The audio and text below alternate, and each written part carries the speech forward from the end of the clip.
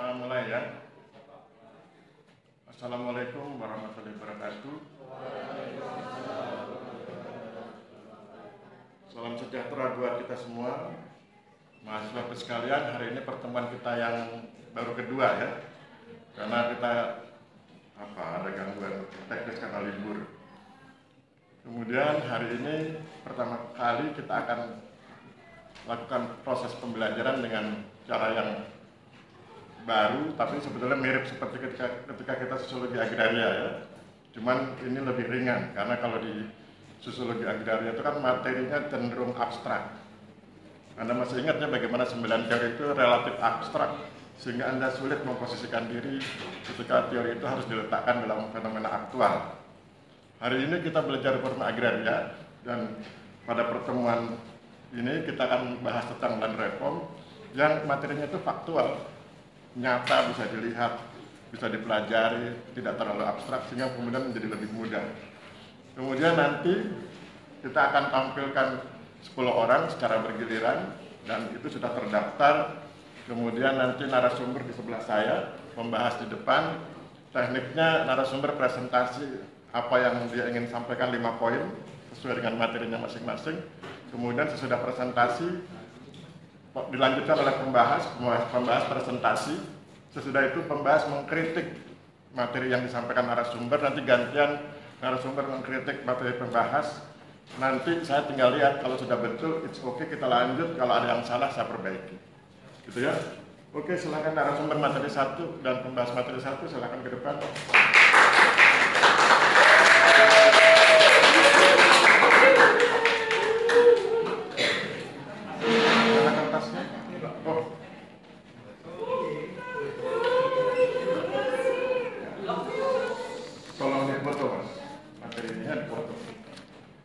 Materi yang akan disampaikan difoto, kemudian diposting di WA Group supaya Anda semua bisa tahu apa yang dibahas dan apa yang disampaikan oleh narasumber.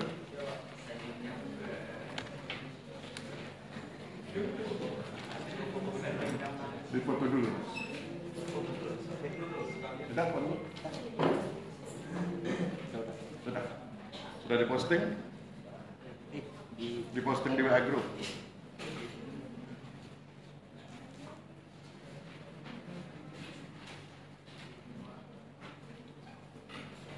Oke, ini narasumber sudah diposting ya, 1 sampai 5, materi 1. Kemudian pembahas sudah juga? Sudah pembahas. Oke, kalau gitu kita dengarkan keterangan dari narasumber, nanti dilanjutkan pembahas ya. Silakan. Perkenalkan diri dulu, Mas.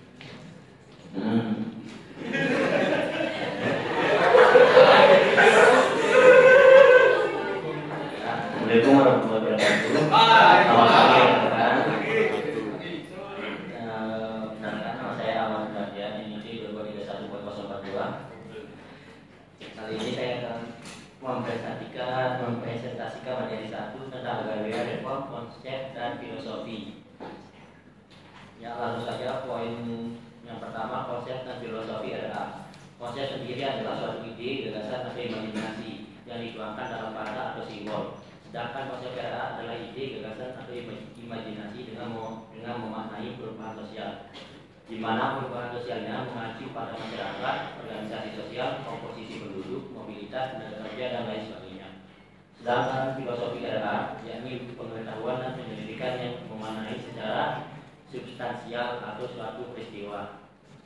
Yang kedua, poin yang kedua yaitu kolonial rules. Terjadi pada tahun 1811 sampai tahun 1816. Raffles banyak kerja Rodi mengenai Eigenbaum kadastral dan fisika kadastral.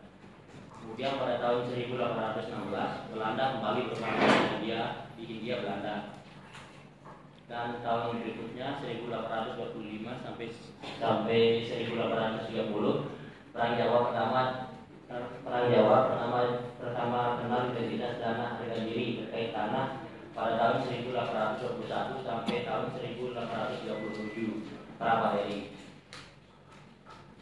Dan tanam paksa terjadi pada tahun 1830 cultivation system atau budaya tanam dan pinjaman tanam paksa. pada tahun 1863, kultivasi sistem dalam kurung tembakau INS Sumatera dan sekitarnya. Yang poin ketiga, politik liberal dan zaman pergerakan pada tahun 1870 sampai 1926. Pada masa ini terjadi perkembangan politik liberal pada tahun 1870.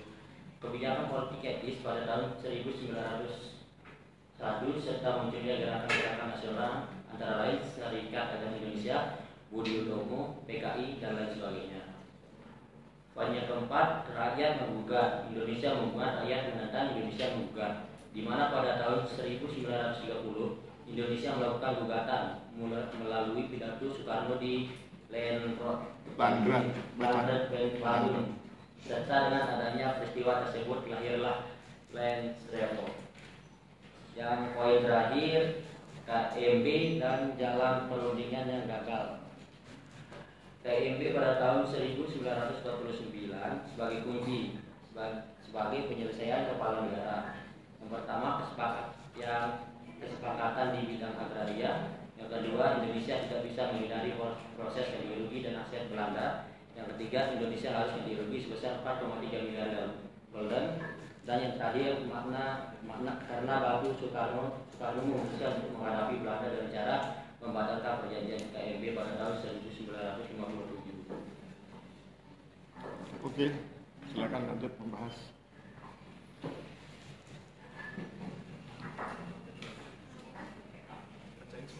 Ya, supaya kita tahu bedanya ya.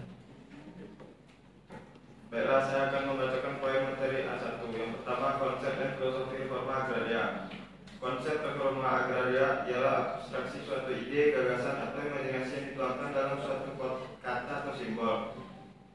Cara baca konsep reforma agraria adalah dengan memaknai perubahan sosial sehingga selalu berubah. Filosofi reforma agraria menyangkut pengetahuan dan pendidikan yang memaknai secara substansi atau hakikat atas suatu peristiwa atau kejadian. Yang kedua, colonial rules. Pada tahun 1811 hingga 1816, Raffles menetapkan pajak teknologi yang mengenal agendum kadaster dan fiskal kadaster. Dan pada tahun 1816, Belanda kembali berkuasa di Hindia Belanda.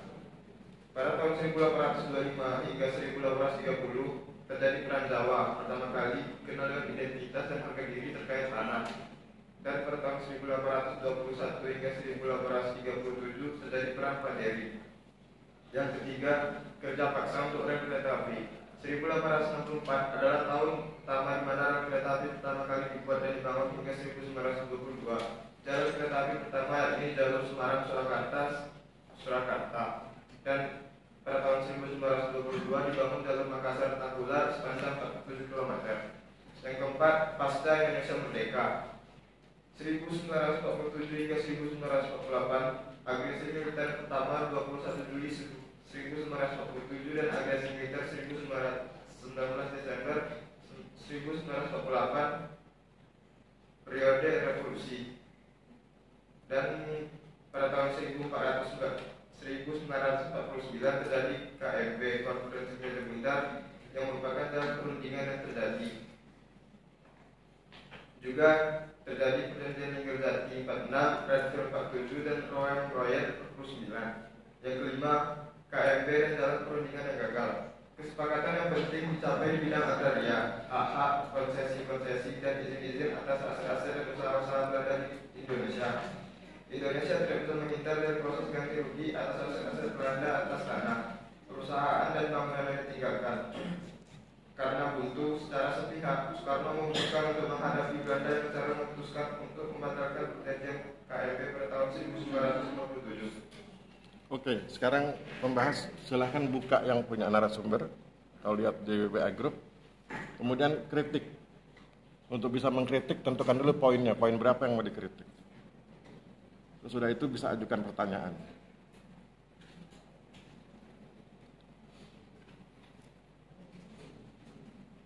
Itu ada 5 poin, pilih salah satu poin. Kemudian dari situ dikritik, kemudian baru ajukan pertanyaan. Jadi prinsipnya itu tidak ada pendapat yang sempurna ya. Setiap pendapat ada salahnya. Maka selalu ada jalan untuk mengkritik pendapat. Yang sempurna cuma pendapat Tuhan ya, selain itu tidak sempurna. Ayo tentukan dulu poin berapa. Semua poin bermasalah ini ya. Jadi tutup mata, pilih poin sekian, sudah dapat itu. Tentukan, pilih nomor berapa. Baiklah, saya akan bertanya kepada Bu Ibnu. Jangan bertanya, tentukan poin berapa. Saya akan menentukan poinnya, itu poin kelima mengenai Poin. konferensi meja bundar. Oke. Apa kritiknya di poin 5? Menurut saya kesepakatan di bidang agraria yang dicapai melalui konferensi meja bundar antara Indonesia dan Belanda itu sangat merugikan pihak Indonesia. Oke. Apa pertanyaannya? Pertanyaan saya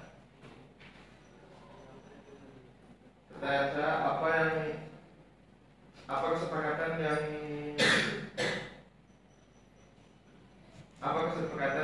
terjadi antara Indonesia dan Belanda di bidang agraria sehingga pihak Indonesia merasa keberatan dalam melaksanakannya, sehingga mereka melakukan pemutusan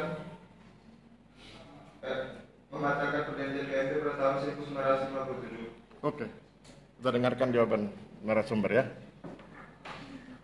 Sudah jelas ya pertanyaannya ya? Oke, nanti baru saya tambahkan. Saya ingin dengar pendapat narasumber dulu.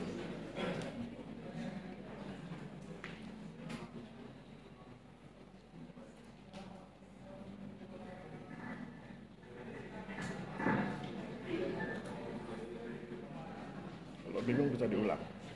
Bingung? Pembahas diulang, bingung. Pertanyaan saya, apa isi dari perjanjian konferensi meja bundar terkait bidang agraria yang memberatkan pihak Indonesia sehingga Indonesia membatalkan perjanjian KMB pada tahun 1957? Ya.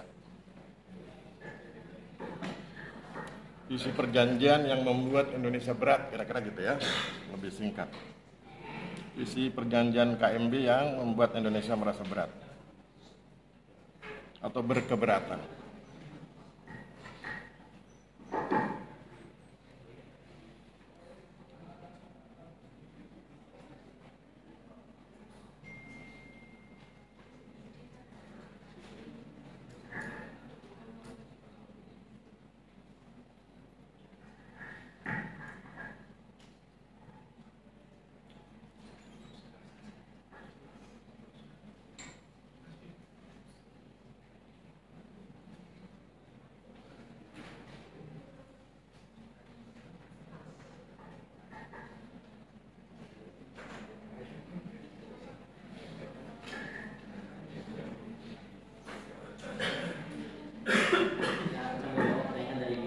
Perjanjian pasca KMB pada tahun 1929.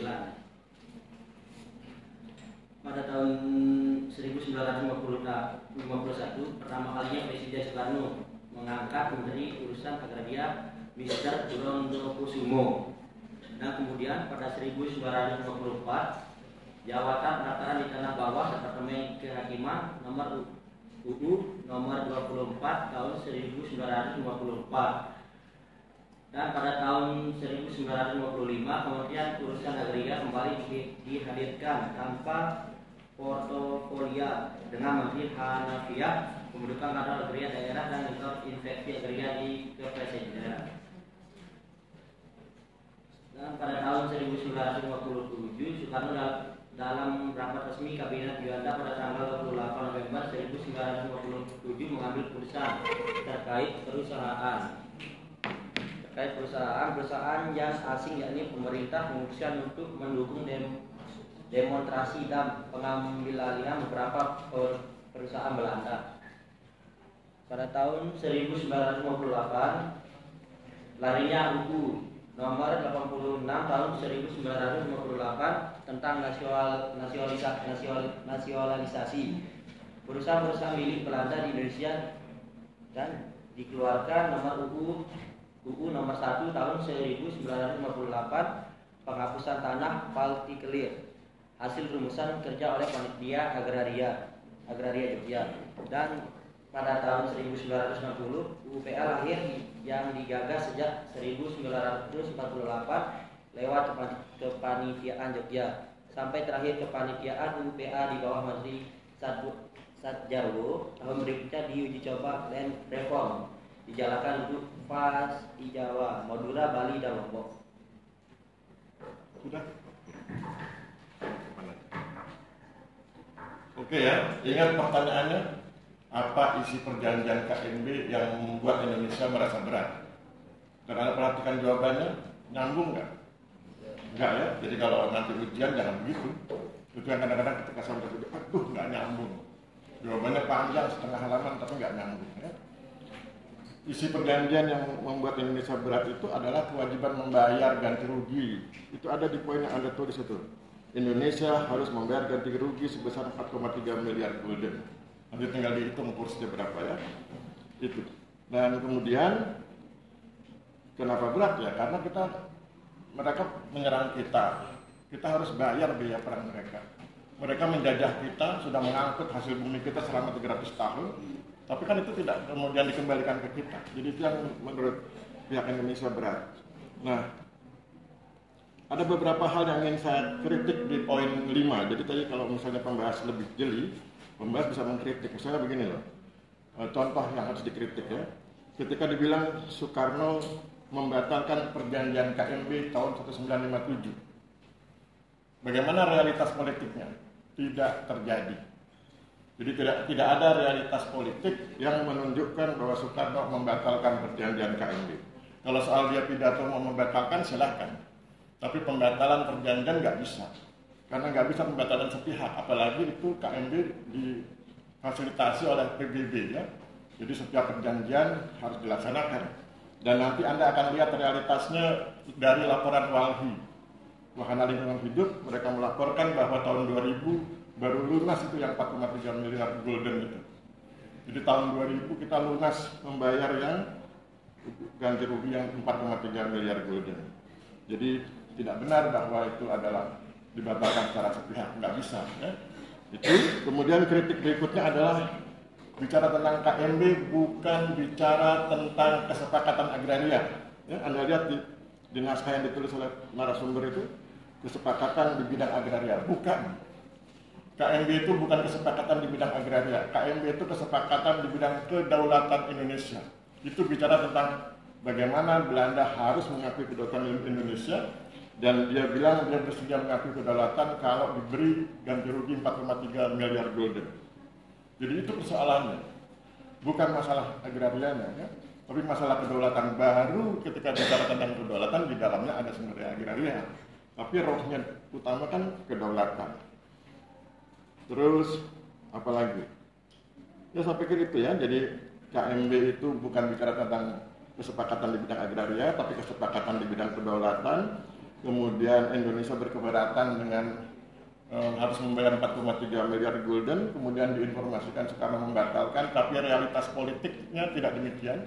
Tetap Indonesia harus bayar dan itu baru lunas di tahun 2000. Nanti Anda baca laporannya WALHI, Wahana Lingkungan Hidup, dan itu menunjukkan bahwa betapa lemahnya kemampuan diplomasi sipil Indonesia.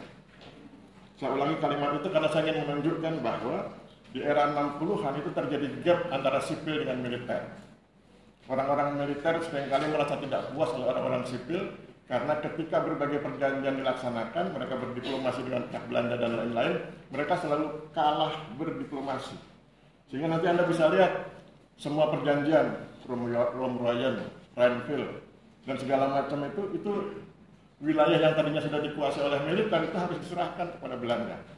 Anda masih ingat peristiwa bagaimana dievakuasi pasukan Siliwangi dari Jawa Barat harus ke Jogja karena wilayah itu dianggap sebagai wilayah Belanda. Padahal Siliwangi sudah berkuasa di situ. Nah itu yang membuat orang-orang militer tidak percaya pada orang-orang sipil, dan nanti muaranya adalah kejatuhan Soekarno. Jadi muara ketidakpercayaan militer kepada sipil nanti terwujud ketika peristiwa Soekarno digulingkan dan kemudian militer berkuasa di era Orde Baru. Di era Orde Baru hampir semua gubernur itu kan dari militer ya. Jadi ada anekdot, ada lelucon itu kalau di zaman Hindia Belanda satu gubernur jenderal, di zaman Soeharto semua gubernur harus jenderal. Nah itu menunjukkan bagaimana ketidakpercayaan sipil dengan militer. Ya. Tetapi kemudian di era Habibie itu mulai direduksi. Ya. Di era Habibie mulai direduksi agar sipil dengan militer bisa semakin kompak dan seterusnya. Dan kita lihat sekarang ya, Prabowo dengan Gibran kan sipil militer. Ya, sipil militer tua muda lagi ya. Oke, itu realitas politik ya. Saya kan tidak kampanye ya, itu tidak realitas politik. Oke, itu tadi kritik dari pembahas pada narasumber. Sekarang kita dengarkan kritik narasumber kepada pembahas. Silakan. Tentukan poinnya, kemudian kita masuk ke poin itu.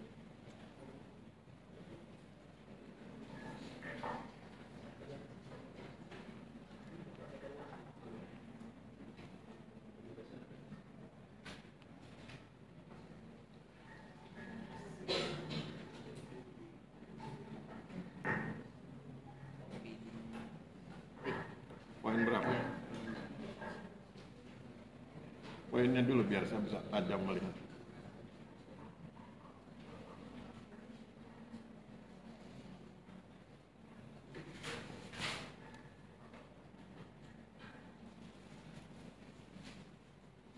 Ayo cepat, karena nanti keburu sholat Jumat.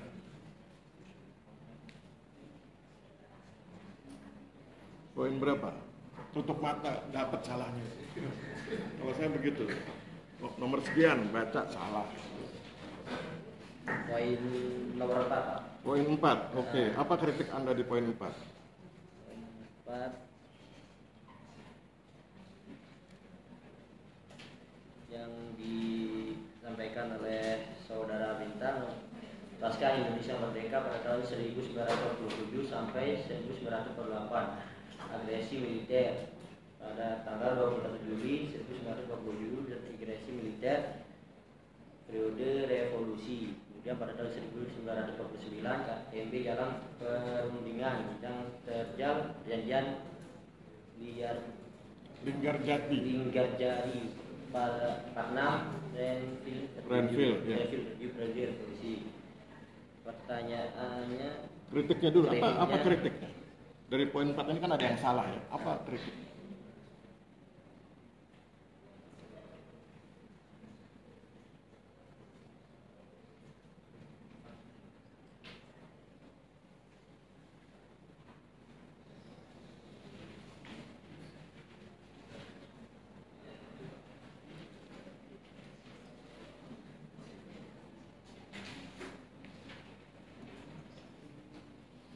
Anda harus latihan mencari kesalahan. Karena katanya pekerjaan paling gampang itu mencari kesalahan orang lain ya. Saya itu kalau nguji skripsi, saya tutup mata begitu, saya buka halaman sekian, tentukan alinea sekian, salah. Jadi begitu. Selalu ada cara untuk menyalahkan orang lain.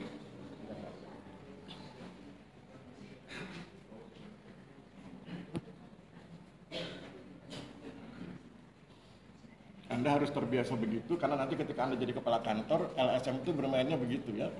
Jadi Anda jadi kepala kantor, sudah berusaha sehebat mungkin membangun agar supaya masyarakat sejahtera dan lain sebagainya, tapi LSM kemudian tutup mata, tunjuk poin sekian, salah. Anda harus bisa mengerti tentang itu, dan kemudian bisa menghadapinya. Menghadapi itu bisa menjawab ya. Itu dilatih sejak kita kuliah. Ketemu kesalahannya di mana? Belum. Kalau belum saya bantu. Poin 4 itu salah. Tapi ketemu nggak kesalahannya di mana? Kesalahannya belum ini Pak, benturkan dalam prinsip RA Pak. Ya. Dibikin kalimat yang bagus.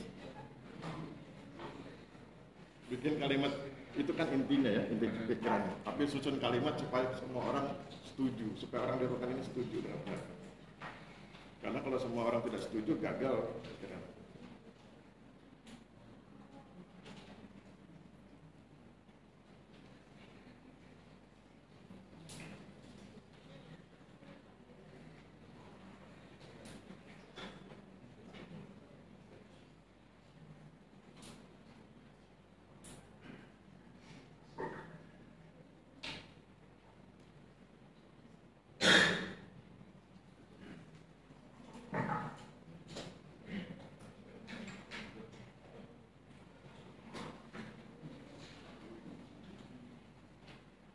Ayo cepat. Nanti keburu aja. Ya, pada tahun 1927 sampai tahun 1928, agresi militer 1, 21 Juli 1927 dan agresi militer 19 Desember 1948, periode revolusi belum dikaitkan dengan prinsip RA. Bagaimana pendapat saudara Bintang agar bisa mengaitkan kalimat tersebut dengan prinsip RA? Begitu? Bisa dipahami tentang? Ya, coba kita dengarkan dulu.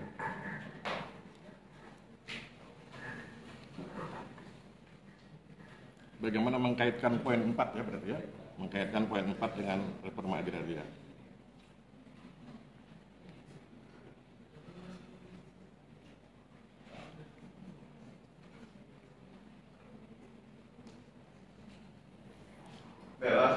Bella saya akan menggabungkan antara agresi militer pertama yang terjadi antara Indonesia dan Belanda yang dikaitkan dengan reforma agraria atau reform, yang mana agresi militer pertama terjadi karena kemenangan Jepang dalam Perang Asia Timur Raya menyebabkan Belanda harus meninggalkan Indonesia pada tahun 1942. Indonesia dijajah oleh Jepang secara sepihak menyatakan kemerdekaan pada tanggal 17 Agustus 1945.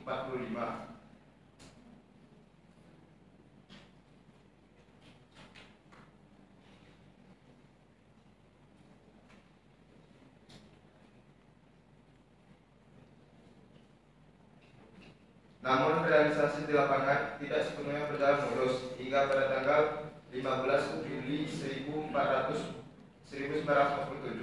Van Mook mengeluarkan ultimatum supaya Republik Indonesia menarik mundur pasukan sejauh 10 km dari garis demarkasi. Pimpinan Republik Indonesia menolak permintaan Belanda tersebut pada tanggal 20 Juli 1947. Kurang dari 24 jam setelah itu, agresi militer Belanda 1 pun dimulai. Tujuan utama agresi Belanda adalah merebut daerah-daerah perkebunan yang kaya dan daerah yang memiliki sumber daya alam, terutama minyak. Namun, sebagai kedok untuk dunia internasional, Belanda menamakan agresi militer ini sebagai aksi polisionil dan menyatakan tindakan itu sebagai urusan dalam negeri. Kaitannya dengan reforma agraria terlihat di sini bahwa tujuan utama agresi Belanda ialah merebut daerah-daerah perkebunan yang kaya dan daerah yang memiliki sumber daya alam, yang mana itu merupakan kedaulatan dari bangsa Indonesia. Yang kita tahu sendiri, reforma agraria ialah bentuk ya sesuatu pergerakan yang berkaitan dengan hak-hak atas tanah, sifat, kekuatan, distribusi dari kepemilikan tanah yang diperebutkan tadi. Oke. Mana mikrofon? Oke ya, jadi pertanyaan dari narasumber oke, jadi dia berhasil menunjukkan bahwa di poin 4 itu belum dihubungkan dengan reforma agraria, karena kita sebetulnya kan sedang kuliah reforma agraria, kita tidak sedang kuliah di Universitas Pertahanan, tapi pertanahan. Maka kemudian harus masuknya ke reforma agraria, nanti khususnya ke land reform, dan kemudian kalau Anda ingin bicara lebih luas lagi, kita akan bicara tentang sumber daya agraria. Jadi kalau Anda perhatikan yang disampaikan oleh pembahas tadi, agresi militer Belanda 1 disebut agresi militer Belanda karena Belanda mengagresi, menyerang wilayah Indonesia ya. Jadi disebut agresi militer Belanda 1 dan 2 itu sebetulnya adalah agresi untuk memperebutkan sumber daya agraria. Walaupun secara politik Belanda bilang itu aksi polisionil. Polisionil itu artinya aksi menjaga keamanan dan ketertiban wilayah. Tetapi itu sebetulnya aksi perebutan sumber daya agraria. Dan itu yang disebut oleh narasumber. Jadi harusnya dibahasnya ke situ ya. Harusnya dibahas setiap poin itu bagaimana keterkaitannya dengan sumber daya agraria, bukan hanya bicara tentang perang ini lawan ini, perang ini lawan ini, karena kita kuliahnya di STPN bukan di sekolah tinggi pertahanan ya, tapi pertanahan. Itu, dan saya pikir itu penting. Kemudian saya ingin menambahkan satu poin lagi bahwa kalau Anda perhatikan 1945 sampai 1949 itu adalah masa euforia kemerdekaan. 1945 sampai 1949 itu masa euforia kemerdekaan. Euforia kemerdekaan itu ditandai oleh gejolak atau gerakan di masyarakat untuk mempertahankan sumber daya agrarianya dan kemudian menata sumber daya agraria berdasar kemampuannya. Oleh sebab itu nanti Anda paham bagaimana di Purworejo tahun 1947 Sumetirto dan kawan-kawan itu menata agrarianya, itu karena euforia kemerdekaan. Ingin agraria yang lebih adil, ingin agraria yang lebih sejahtera, ingin agraria yang lebih harmoni, karena itu bagian dari euforia kemerdekaan. Saya pikir demikian ya. Cukup untuk materi 1, aplaus buat narasumber dan pembahas. Terima kasih.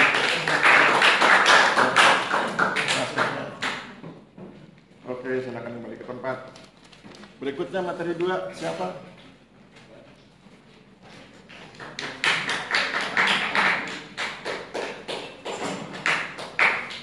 Mana yang narasumber? Mbak membahas. Oh, narasumber. Ya, di foto. Ada berapa halaman kalau di foto?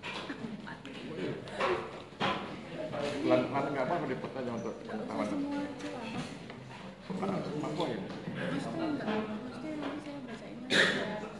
Biar mereka semua tahu. Nggak apa-apa. Silakan dipoto Mbak, yang punya Mbak yang materi 2.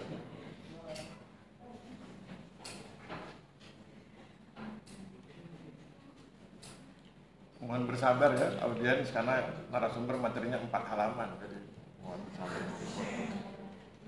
Sudah? Belum? Oh iya.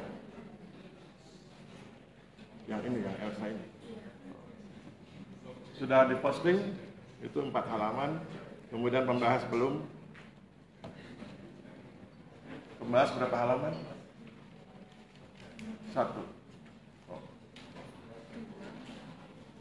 Ya. Ya, foto Mbak, cepat. Sudah? Oke ya, sudah diposting. Sekarang kita dengarkan narasumber bercerita, materi 2.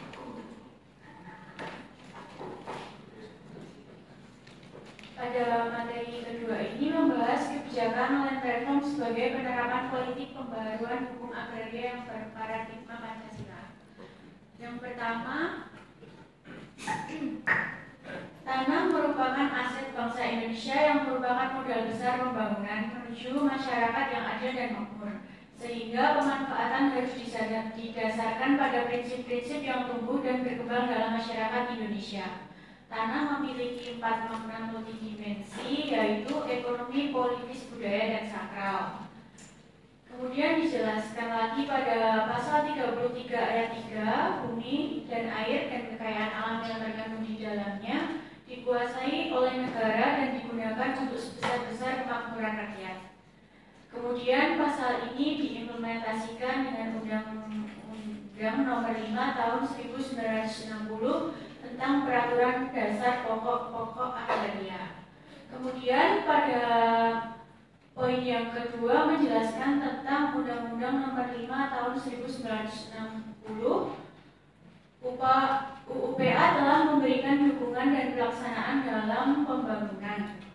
Namun pada masa Orde Baru, UUPA menunjukkan kelemahan dalam isi dan rumusannya, yang kemudian dimanfaatkan dengan memberikan tafsiran yang menyimpang dari asas dan tujuan.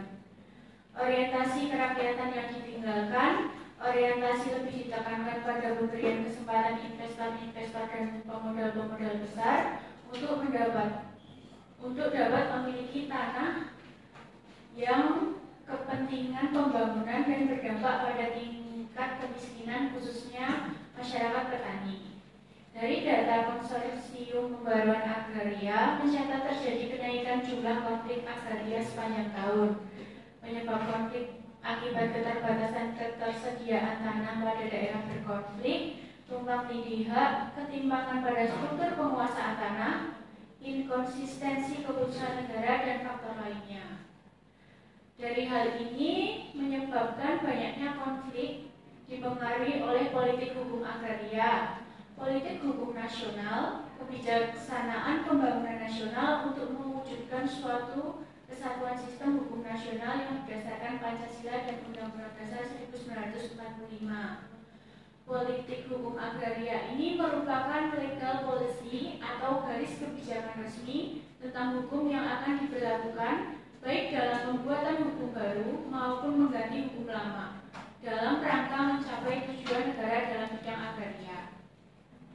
Pembaharuan hukum agraria berhasil dengan mengutamakan petani sebagai pilar utama pembangunan ekonomi nasional, dengan tidak mengabaikan kepentingan investor dan pemodal sebagai sumber pembiayaan pembangunan.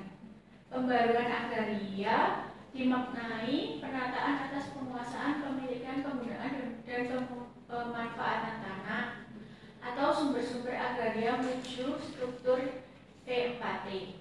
Hal mendasar di dalamnya berupa rekonstruksi penguasaan aset tanah ke arah restrukturisasi penguasaan aset tanah ke arah penciptaan struktur sosial ekonomi dan ekonomi yang lebih berkeadilan atau equity, suatu peningkat kesejahteraan yang bebas keagrariaan, welfare, penggunaan atau pemanfaatan tanah dan faktor-faktor produksi lainnya secara optimal, efisiensi, keberlanjutan, sustainable, penyelesaian sengketa tanah, harmoni. Kemudian dijelaskan lagi pada materi yang ketiga, politik pembaruan hukum agraria berparadigma Pancasila. Pancasila sebagai paradigma politik hukum harus dijadikan dasar ketentuan konstitusi yang menjadi instrumen politik pembangunan dan politik hukum penataan kembali politik agraria nasional, sehingga Pancasila ini dapat berfungsi sebagai filosofi, grand slate, and common platforms dalam kehidupan bernegara. Patmoyono menyatakan bahwa politik hukum merupakan kebijakan dasar yang menentukan arah, bentuk maupun isi dari hukum yang akan dibentuk. Oleh karena itu, politik hukum nasional dapat mendorong mengisi semua unsur di dalam sistem kerja sesuai dengan cita-cita hukum nasional, agar bekerja sesuai dengan cita-cita bangsa. Tujuan negara cipta hukum dan kaidah penuntutan hukum negara Indonesia yang terkandung dalam pembukaan Undang-Undang Dasar Negara Republik Indonesia tahun 1945. Politik hukum agraria nasional harus didasarkan pada paradigma Pancasila sebagai sumber hukum dasar nasional. Pancasila sebagai norma fundamental negara Republik Indonesia, perubahan atas hukum-hukum yang ada dan pembuatan hukum baru yang memuat dan mengajarkan nilai-nilai Pancasila merupakan pembaharuan paradigma Pancasila. Politik pembaruan agraria ini diatur dalam UU PA dan dituangkan dalam ketetapan MPR nomor 9/MPR/2001 tentang pembaharuan agraria dan pengelolaan sumber daya alam. Ketetapan ini lahir dengan latar belakang dan landasan filosofi, sosiologis, dan yuridis. Pembaruan agraria bertujuan untuk mengurangi ketimpangan pemilikan atau penguasaan dan pemanfaatan sumber daya alam atau sumber-sumber agraria termasuk tanah. Karakter pembaharuan agraria berparadigma Pancasila yang tercermin dalam TAP MPR nomor 9/MPR/2001 pada pasal 5 dan 4. Pertama, politik hukum agraria nasional secara konsisten melindungi kepentingan rakyat, mendapatkan hak untuk hidup sejahtera, lahir dan batin secara berkeadilan, berhak mempunyai hak milik tersebut, tidak boleh diambil alih sewenang-wenang. Kedua, politik agraria nasional harus dipadu oleh nilai-nilai moral agama dan melindungi hak-hak manusia tanpa diskriminatif. Tujuan dari pembaharuan paradigma Pancasila ini agar politik pembaharuan hukum agraria nasional mengakar pada cita-cita bersama, suatu landasan filosofi, the general of goal, society of general acceptance of the same of the philosophy government. Konsep dasar yang harus disiapkan dalam pelaksanaan pembaharuan agraria di Indonesia dapat berjalan tepat dan benar jika: pertama, politik will yang kuat dan konsisten dari pemerintah. Kedua, membuka akses pasar kepada petani. Tiga, penguasaan kelembagaan pengelolaan reforma agraria. Dan yang keempat, penguatan organisasi tani dan masyarakat. Kemudian pada poin yang keempat, kebijakan land reform sebagai penerapan politik hukum agraria berparadigma Pancasila. Kebijaksanaan adalah suatu tindakan sebagai wujud kewenangan pemerintah yang bertujuan untuk memenuhi kesejahteraan masyarakat. Sedangkan pemerintah yang bertujuan untuk memenuhi kesejahteraan masyarakat. Sedangkan hukum merupakan dasar yuridis pemerintah menjalankan wewenang yang di dalam menjalankan wewenangnya itu diwujudkan dalam kebijakan.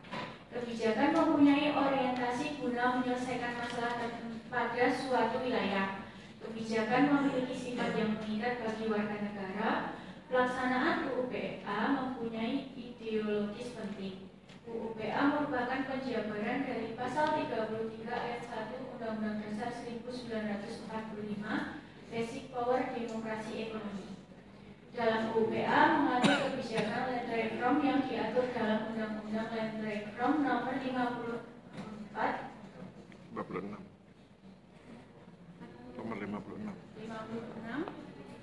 tahun 1960. Pembaruan hukum agraria atau agraria reform yaitu upaya melakukan perombakan struktur tanah agraria dengan cara menghapuskan kepemilikan monopoli atas tanah dan sumber-sumber agraria serta mendistribusikan dan sumber-sumber agraria lainnya kepada petani penggarap. Pelaksanaan land reform dapat berjalan efektif dapat terlihat dari 4 faktor. 4 faktor tersebut berupa komitmen publik dan konsistensi segenap komponen bangsa, program yang jelas mengenai reforma agraria, ketersediaan data dan informasi yang lengkap dan akurat, instrumen pengendali dan pengawasan yang transparan. Kemudian, pelaksanaan land reform memerlukan juga program redistribusi tanah untuk keuntungan pihak yang mengerjakan tanah secara intensif dan pembatasan dalam hak individu atas sumber-sumber tanah. Pelaksanaannya memperhatikan aspek ekonomi, sosial, politis, dan mental psikologis. Kemudian pada poin yang kelima, pada dasarnya pelaksanaan land reform di Indonesia itu belum berjalan dengan baik dan maksimal. Maka dari itu perlu perubahan pada undang-undang atau kebijakan yang saat ini berlaku untuk mewujudkan hukum agraria nasional. Karena pada kenyataannya hukum yang ada saat ini belum mengatasi ketimpangan penguasaan dan pemilikan pada tanah. Diperlukan pembaruan undang-undang dan politik pembaruan agraria. Oke, thank you. Lanjutkan ke pembahas, silakan.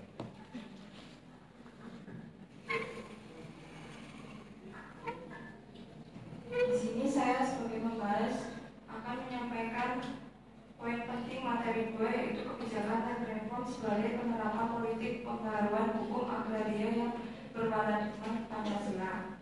Poin pertama, dalam UUPA mengatur tata kebijakan land reform yang diatur lebih lanjut dalam Undang-Undang Land Reform Nomor 56 Tahun 1960.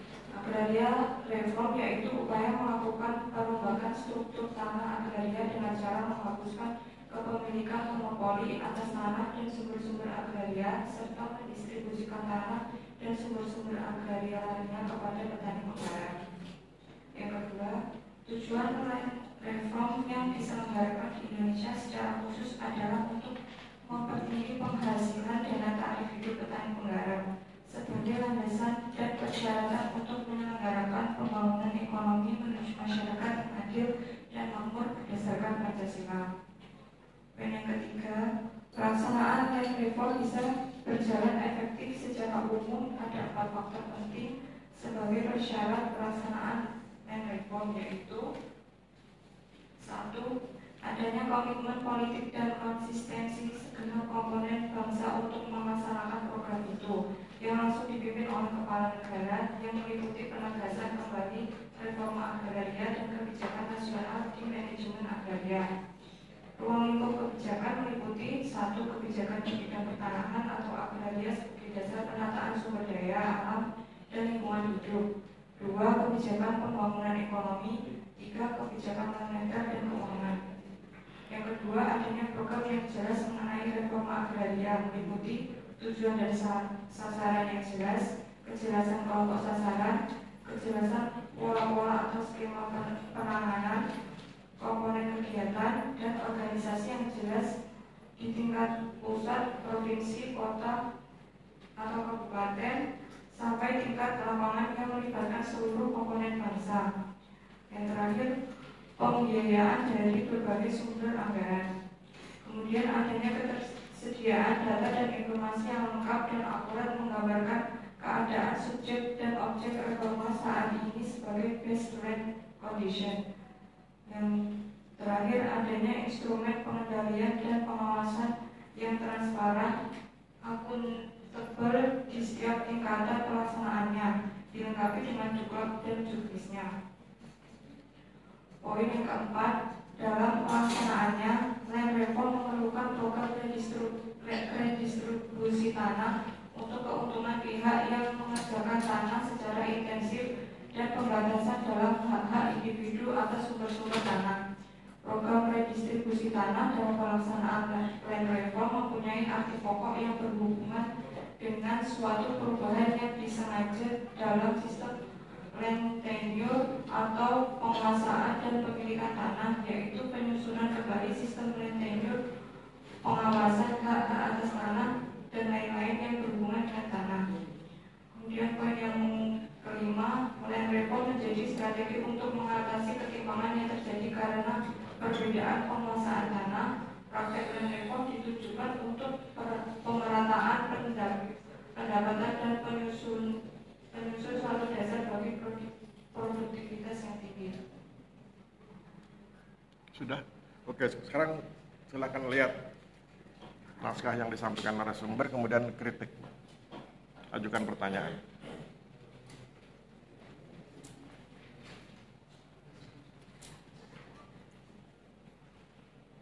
Poin berapa? Pada poin kelima. Poin kelima. Yang dituliskan perlunya perubahan pada undang-undang atau kebijakan yang saat ini berlaku untuk mewujudkan hukum agraria nasional, karena pada kenyataannya hukum yang ada saat ini belum mengatasi ketimpangan penguasaan dan pemilikan pada tanah. Diperlukan pembaharuan undang-undang dan politik pembaharuan agraria. Ya, pertanyaannya apa?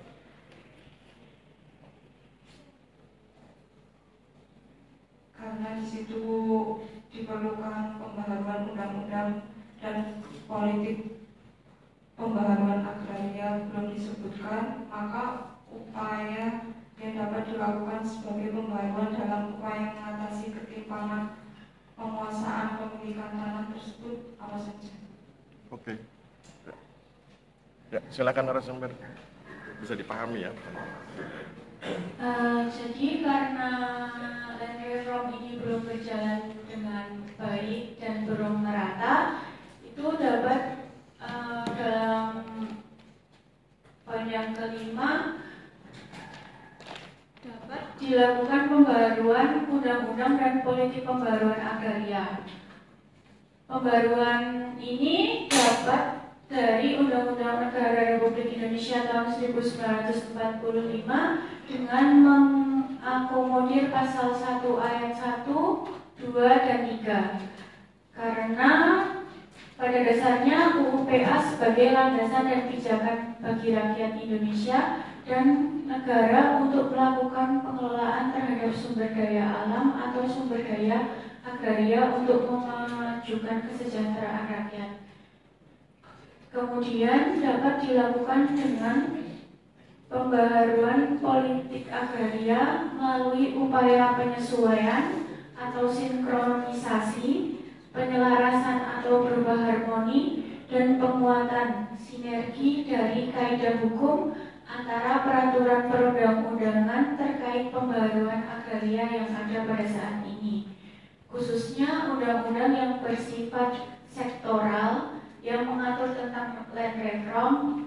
Selain itu, dapat atau perlu untuk melakukan revisi dan penguatan UU PA sebagai payung hukum yang mengatur mengenai sumber daya agraria di Indonesia. Oke ya, jadi ada diskusi antara pembahas dengan narasumber di poin 5. Narasumber menjelaskan bahwa kondisi saat ini belum ideal ya, karena kemudian dikatakan ketimpangan masih terjadi dan perlu penguatan hukum, kira-kira begitu. Dan kemudian itu dipertanyakan oleh pembahas bagaimana cara mengatasinya. Saya ingin tambahkan penjelasan dari narasumber sebagai berikut. Kalau Anda mendengar kata reforma agraria, Anda tentu paham ada 3 hal yang diperbarui, ditata ulang. Pertama ada penataan regulasi, yang kedua penataan aset, yang ketiga penataan akses. Penataan regulasi itu nanti mencakup hal yang berkaitan dengan aset dan akses. Ketika bicara tentang penataan regulasi, maka idealnya muncul undang-undang RA. Idealnya begitu. Tapi ketika itu tidak memungkinkan, sebetulnya bisa diturunkan menjadi undang-undang land reform. Itu juga nggak memungkinkan. Kalau itu tidak memungkinkan, maka kemudian silakan gunakan undang-undang yang ada, yaitu undang-undang pokok agraria. Tetapi kemudian karena masih ada ketimpangan, undang-undang pokok agraria harus direvisi. Undang-undang pokok agraria perlu direvisi untuk mencegah ketimpangan. Ya. Karena nanti lihat indeks Gini Indonesia kan menunjukkan ketimpangan. Nah, ketika undang-undang pokok agraria akan direvisi, maka perhatikan asas yang tidak boleh direvisi. Kalau memperhatikan asas yang tidak boleh direvisi, maka Anda lihat pasal 1 sampai dengan pasal 15 tidak boleh direvisi karena itu adalah roh kerakyatan. Anda lihat nanti pasalnya 1 sampai 15 itu roh kerakyatan. Pasal 16 dan seterusnya itu kan pasal teknis. Ya. Tapi 1 sampai 15 itu pasal kerakyatan. Ya, Anda akan lihat bagaimana tanah harus dijaga dan sebagainya. Nah kemudian kalau itu belum memungkinkan, karena kemudian ketika kita lihat draftnya, ternyata draftnya itu cenderung kapitalistik, ya, sehingga beberapa pakar sempat untuk tidak berkehendak menggolkan revisi UPA karena dipandang kehilangan kerakyatannya dan cenderung ke kapitalistik. Maka kemudian itu tidak terjadi. Ketika itu tidak terjadi, ketika undang-undang pokok agraria tidak direvisi, maka apa solusinya? Solusinya adalah diambil jalan praktis, yaitu dikeluarkan ketentuan teknis. Apa itu? Maka kemudian muncul Perpres tentang RA. Itu adalah solusi ketika semua yang ideal tidak memungkinkan. Itu kemudian muncul Perpres tentang RA. Ketika Perpres tentang RA muncul, kemudian orang bilang, oh ini kan hanya berlaku di wilayah non-kawasan hutan. Bagaimana dengan kawasan hutan? Maka muncul Perpres berikutnya RA di kawasan hutan.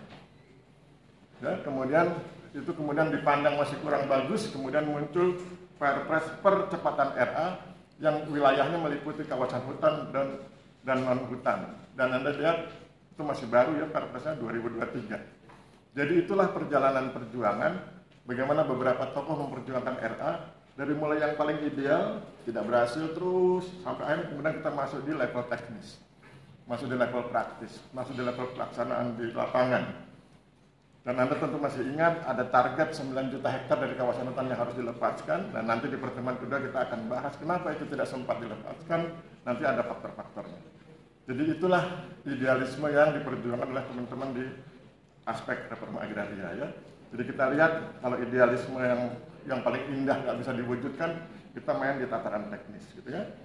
Oke, sekarang kita gantian narasumber mengkritik pembahas. Silakan. Pada kesempatan kali ini saya ingin mengkritik pada poin yang ketiga, adanya ketersediaan data dan informasi yang lengkap dan akurat menggambarkan keadaan subjek dan objek reforma saat ini sebagai baseline condition. Pertanyaannya apa?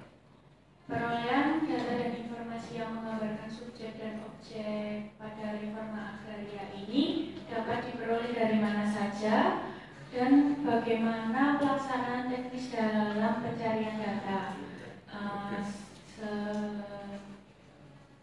Kemudian data dan informasi yang didapat untuk menggambarkan subjek dan objek yang ada ini yang didapatkan secara lengkap dan akurat dapat mempengaruhi proses dalam reforma agraria tersebut.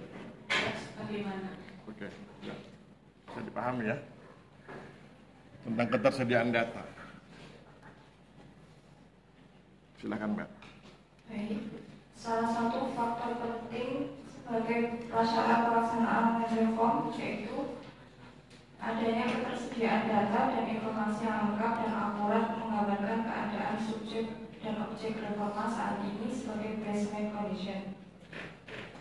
Yang kita ketahui, data dan informasi ini dapat mempermudah proses pelaksanaan pelaksanaan land reform, terutama pada pelaksanaan teknisnya, di mana data dan informasi tersebut berasal dari proses wawancara atau survei langsung kepada masyarakat. Kemudian data dan informasi yang telah didapat akan dilakukan pendataan sebagai sumber untuk mengelola dengan sistem informasi geografis. Sehingga saat produk dari sistem informasi geografis ini jadi, maka produk yang dihasilkan dapat baik sehingga proses land reform ini dapat tepat sasaran dan berjalan secara maksimal. Oke ya, kalau bicara tentang data, maka Anda harus lihat ada 2 poin penting. Data yang diambil secara insidental itu artinya Anda punya proyek di lokasi X, kemudian data diarahkan ke sana untuk mendapatkan data di lokasi X. Itu data yang diambil dalam konteks insidental. Tapi ada juga data yang diambil secara sistematis. Proyeknya belum ditentukan di mana, tapi seluruh wilayah secara bertahap terus diambil datanya. Nah, yang sistematis itu sebetulnya bisa diambil dari data PTSL. PTSL itu kan hampir sudah sekitar 90% wilayah Indonesia terpetakan, itu bisa dimanfaatkan. Tapi kalau memang pengen insidental, maka dilakukan kemudian pemetaan di lokasi tertentu. Nah, pemetaan di lokasi tertentu itu biasanya dilakukan dalam konteks kehutanan. Jadi kawasan-kawasan hutan yang akan dilepas ke masyarakat itu diinventarisir, didatakan, didata, dipetakan. Bahkan kemudian ada konsep pemetaan sosial. Biasanya itu kan di dalam hutan itu sudah ada penduduk, tetapi kemudian meskipun sudah ada penduduk tetap dianggap sebagai kawasan hutan, dan sesudah dinegosiasi dengan masyarakat adat ternyata ingin dilepaskan, maka kemudian ada pemetaan sosial dan ada pemetaan fisik. Itu di kawasan hutan. Kalau di luar kawasan hutan biasanya digunakan data-data yang sudah sistematis dibangun, dan itu biasanya digunakan ketika akan melakukan sisi kedua dari RA. Kan sisi pertamanya kan penataan aset, sisi keduanya kan penataan akses. Nah, maka kemudian penataan aset itu dianggap sudah dilaksanakan ketika sudah ada data PTSL. Contoh, kalau Anda meneliti misalnya atau Anda bicara tentang salah satu desa di Gunung Kidul atau dimanapun, kemudian Anda tahu di desa itu tidak ada redistribusi tanah. Di desa itu tidak ada redistribusi tanah. Pertanyaannya adalah, apakah di desa yang tidak ada program redistribusi tanah bisa disebut sebagai desa pelaksana reforma agraria? Kalau Anda pendekatannya normatif, Anda akan bilang tidak bisa. Tapi kalau Anda pendekatannya substantif, maka Anda akan jelaskan bahwa meskipun tidak ada redistribusi tanah, tetapi di situ ada legalisasi aset. Legalisasi aset itu bagian dari penataan aset, karena penataan aset itu bisa ada redistribusi yang kemudian dilegalkan. Maka itu berarti Anda bermuara di legalisasi aset. Jadi daerah-daerah yang tidak ada redistribusi bisa diklaim sebagai daerah RA karena ada legalisasi aset melalui PTSL. Sesudah itu baru kemudian dilaksanakan pemetaan sosial untuk menentukan bagaimana cara kita memberdayakan masyarakat untuk penataan aksesnya. Pemetaan sosial itu penting agar kita tahu misalnya profesinya. Kalau kita ingin menawarkan kegiatan industri kecil, maka kemudian harus dilihat mana wilayah yang cocok untuk industri kecil, mana yang cocok untuk pertanian, mana yang cocok untuk perikanan dan sebagainya. Jangan kemudian terbalik. Misalnya Anda di daerah pegunungan ingin mengembangkan perikanan, dan di daerah pantai mana Anda ingin mengembangkan jenis tanaman pegunungan. Itu kan karena tidak ada pemetaan sosial. Jadi itulah makna data dalam konteks RA. Ada yang insidental, ada yang sistematis. Gitu ya. Oke, saya pikir cukup untuk materi kedua. Aplaus buat narasumber dan pembahas. Terima kasih. Silakan kembali ke tempat. Mas Angin rekan saya. Ya, thank you. Kita masuk ke materi ketiga. Silakan. Oh ya.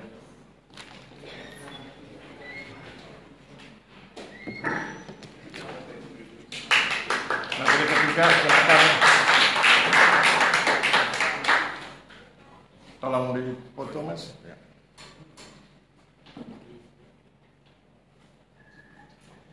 Ya, silakan.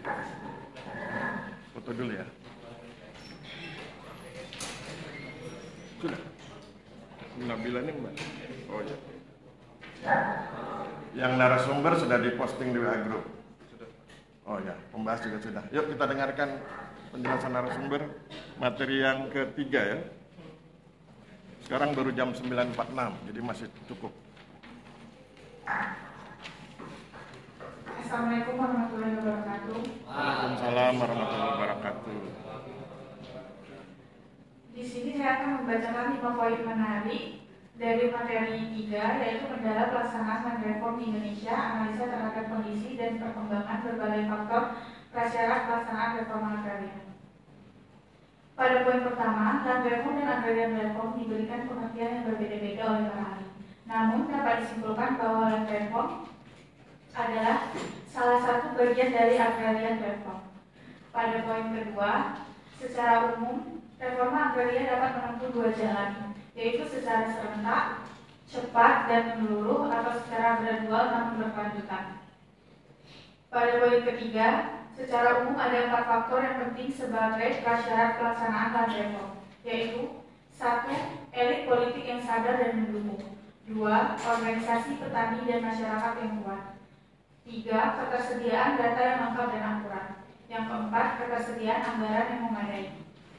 Poin keempat, dalam PP nomor 25 tahun 2000 disebutkan bahwa kewenangan penetapan persyaratan land reform berada pada pemerintah pusat bersama-sama dengan antara lain penetapan persyaratan pemberian hak atas tanah, penetapan standar administrasi pertanahan, dan penetapan pedoman biaya pelayanan pertanahan. Pada poin terakhir, untuk mengimplementasikan land reform, maka beberapa pertanyaan pokok yaitu sesungguhnya merupakan data-data utama perlu dijawab terlebih dahulu, yaitu siapa yang harus menerima lahan hasil land reform, di mana harus diselenggarakan, berapa tanah yang harus diberikan kepada penerima, apa jenis tanah yang menjadi objeknya, berapa biaya yang harus dikeluarkan, apakah penerima harus membayar, siapa saja yang berperan serta, dan pada level pemerintahan yang mana yang bertanggung jawab dan memonitor. Seluruh pertanyaan ini baru bisa dijawab jika tersedia data yang lengkap. Sekian, terima kasih. Oke. Silakan membahas.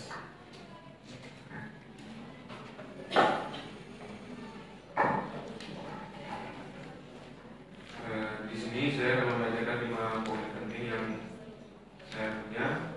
Itu yang pertama, land reform adalah salah satu bagian dari agrarian reform, yang dimana kegiatan inti dari land reform ini adalah redistribusi tanah sebagai upaya memperbaiki struktur penguasaan dan pemilikan tanah di tengah masyarakat.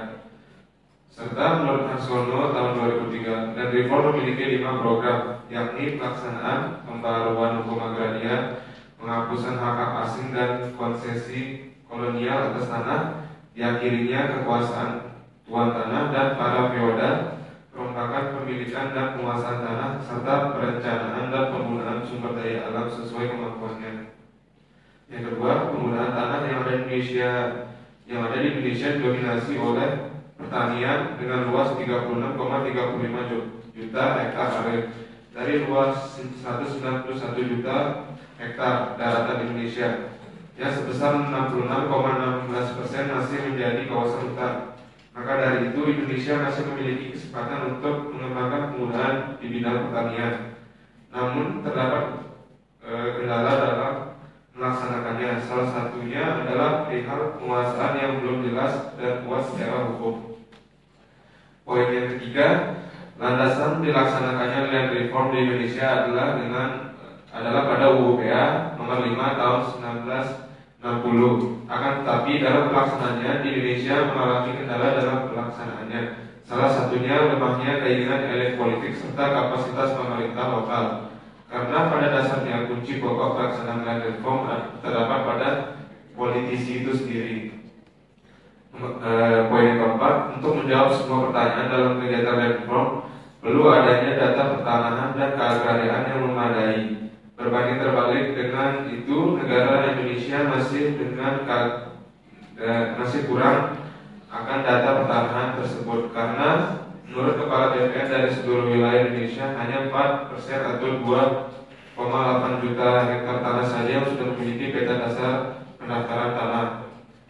Poin yang kelima, pelaksanaan land reform yang serentak seluruh Indonesia akan memerlukan biaya yang sangat besar, sehingga memerlukan donasi dana baik dari pinjaman asing atau investor. Akan tetapi dengan keadaan negara Indonesia yang masih menjadi negara berkembang, banyak lembaga donor yang mengimplementasikan untuk program industrialisasi. Hal tersebut dipilih karena memiliki resiko yang sangat kecil serta tidak menimbulkan gejolak politik yang mahal dengan dibanding land reform. Oke, sekarang baca yang punya narasumber dari WA Group. Ya, Detik kemudian ajukan pertanyaan. Poin berapa dulu?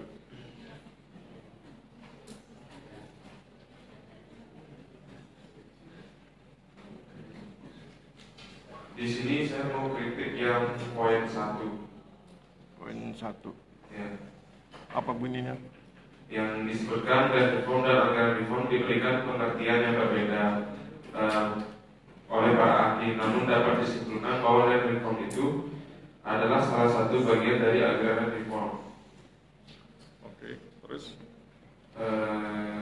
Menurut saya ini mungkin kurang jelas poinnya disebutkan seperti apa perbedaannya yang dari para ahlinya.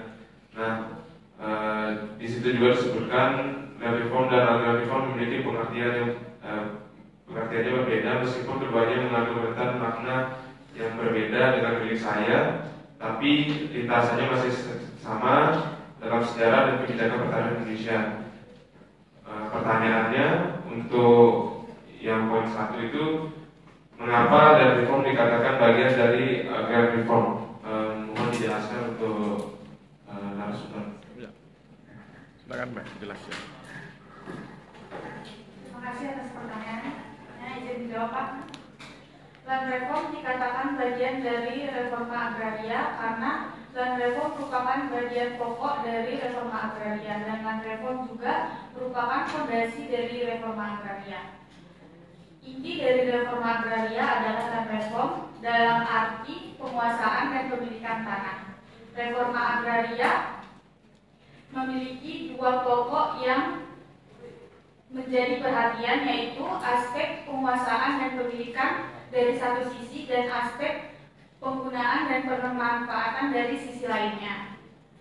Penataan penguasaan dan pemilikan merupakan kegiatan utama dari land reform. Oleh karena itu, land reform dapat dikatakan bagian dari agrarian reform. Ya, pembahas ingin mengetahui bagaimana relasi antara land reform dengan agrarian reform. Kemudian narasumber berusaha menjelaskan bahwa land reform bagian dari agrarian reform. Saya ingin cerita tentang land reform di era 1960. Di era 1960 itu land reform fokus pada redistribusi tanah. Berarti kalau itu bicara land reform berarti bicara redistribusi tanah. Tetapi dalam perkembangannya redistribusi tanah dipandang oleh para ahli di masa itu dianggap belum cukup. Kalau orang cuma diberi tanah, tapi kemudian tidak dibantu, misalnya dalam hal bibit, ya, kemudian irigasi dan lain sebagainya tidak difasilitasi, maka keberhasilan mereka memperoleh tanah tentu tidak berdampak. Oleh sebab itu kemudian para ahli bilang, oh kalau begitu mereka jangan hanya cuma diberi tanah, tapi juga dibantu, difasilitasi agar mereka bisa menggarap tanahnya dengan baik.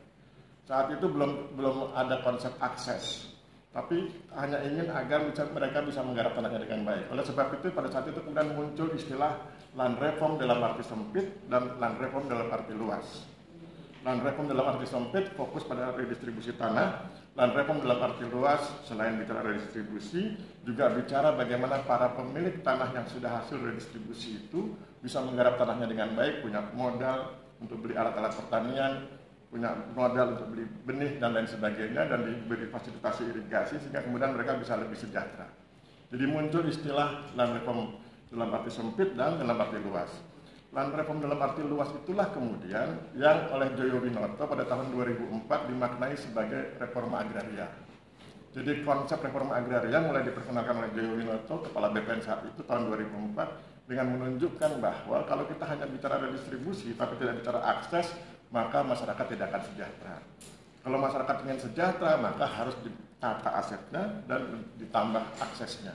Itu yang kemudian berkembang sampai sekarang konsep reforma agraria. Jadi Anda harus tahu sejarahnya supaya Anda paham mengapa kita sekarang bicara akses, tidak cukup penataan aset, Dan sesungguhnya konsep itu sudah ada di era 60-an, tapi dengan nama yang berbeda. Ya.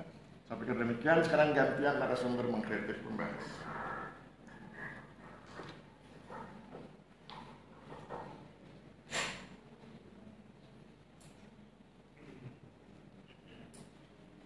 Pada poin ketiga, tertulis bahwa pelaksanaan land reform di Indonesia mengalami kendala dalam pelaksanaannya. Salah satunya lemahnya keinginan elit politik serta kapasitas pemerintah lokal. Menurut Anda, bagaimana solusi dari kendala tersebut agar pelaksanaan land reform lebih baik lagi dan tidak mengalami kendala? Oke, bisa dipahami ya. Baiklah, izin menjawab.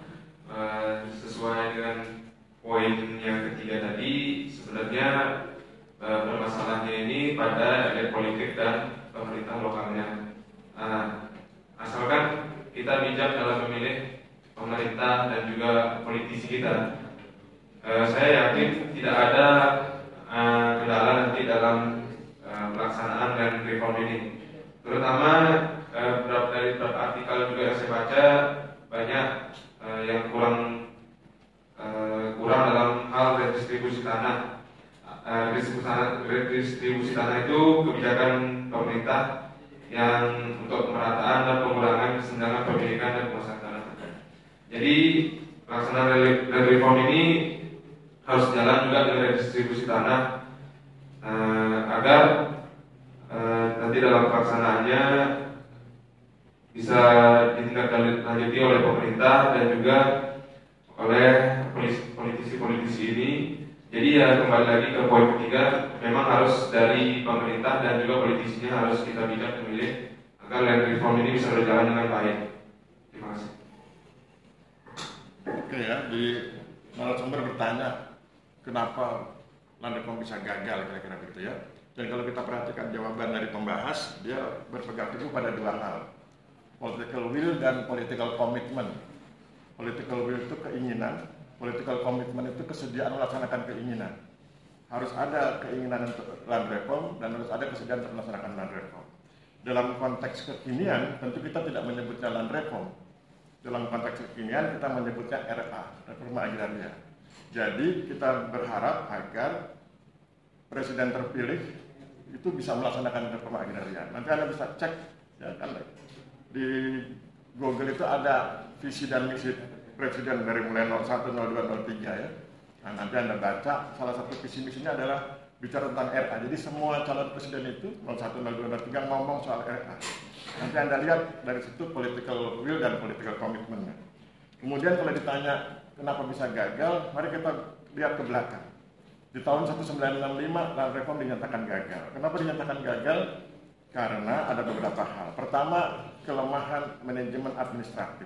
Kelemahan manajemen administratif itu artinya dalam sisi pelaksanaan ada hal-hal yang tidak bisa dilaksanakan. Contoh, Anda misalnya tuan tanah Anda sudah diambil, tanahnya sudah dibagikan ke masyarakat, tapi Anda belum diberi ganti rugi. Karena Anda belum diberi ganti rugi, maka Anda kemudian datang ke tanah Anda bilang pada mereka sudah menggarap, mohon maaf Bapak Ibu sekalian, ini tanah belum dibayarkan ganti ruginya, oleh sebab itu saya tarik kembali. Makanya kemudian ada istilah ditarik kembali tanahnya itu, dan kemudian itu yang kemudian menimbulkan konflik. Itu dari sisi manajemen administratif. Dari sisi politik, kalau Anda perhatikan era 65-66, land reform itu kan dijadikan isu politik. Ya, Anda akan mengerti bagaimana terjadinya tindakan sepihak dari teman-teman BTI, Barisan Tani Indonesia, yang merupakan organisasi di bawah PKI. Mereka melakukan tindakan sepihak, ada peristiwa Bandar Betsi di Lampung, di Sumatera Utara dan lain sebagainya, termasuk di Jawa, sehingga kemudian itu menimbulkan kekacauan. Nah, karena land reform digeser ke politik, maka kemudian lawannya tentu menganggap land reform sebagai isu politik, sehingga kemudian ketika lawan PKI berhasil mengalahkan PKI, tentu dia kemudian melihat land reform sebagai milik mereka. Oleh sebab itu Anda jangan heran ketika di era Soeharto orang mulai agak ragu bicara soal land reform, karena land reform dianggap sebagai hasil perjuangan orang-orang kiri. Tetapi kemudian para akademisi mengatakan berjuang lewat kampus bahwa land reform itu bukan produk orang kiri. Land reform itu justru produk orang kanan. Negara-negara yang sukses land reform ini kan Korea Selatan dan Taiwan adalah negara-negara kanan, bukan negara kiri. Ya. Oleh sebab itu maka kemudian pelan-pelan Soeharto dengan agak malu-malu menyetujui land reform. Tapi kemudian formatnya diubah menjadi transmigrasi. Nanti di pertemuan yang ke-10 kita akan bahas tentang transmigrasi. Dan akhirnya kita juga paham bahwa transmigrasi itu bukan land reform. Para akademisi mengatakan transmigrasi bukan land reform. Saya beberapa kali penelitian menemukan bahwa mereka-mereka yang ditransmigrasikan bukan orang-orang yang membutuhkan tanah untuk dibagikan kepada mereka. Penelitian saya di Wonogiri menunjukkan bahwa mereka yang terusir harus bedol desa dari Wonogiri karena daerahnya dijadikan bendungan Gajah Mungkur, itu dia nggak butuh tanah. Dia sudah cukup mapan dengan tanahnya. Dia hanya butuh diberi ganti rugi yang layak sehingga dia bisa beli tanah di tempat lain. Tapi kan karena ganti ruginya tidak layak dan ada nuansa politik, nuansa represi, mereka harus pindah ke wilayah lain di Sumatera dan kemudian tanah itu digenangi air untuk Waduk Gajah Mungkur.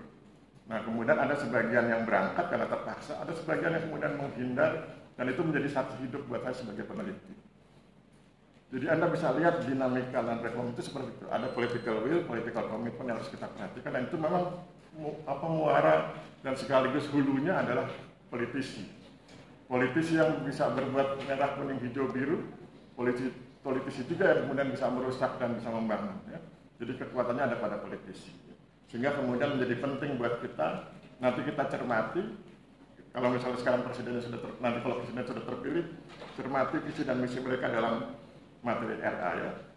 Saya pikir demikian, saya pikir cukup ya. Ada lagi yang mau dibahas enggak ya? Nah, saya pikir cukup. Aplaus buat narasumber yang membahas. Terima kasih. Sekarang masuk ke materi keempat.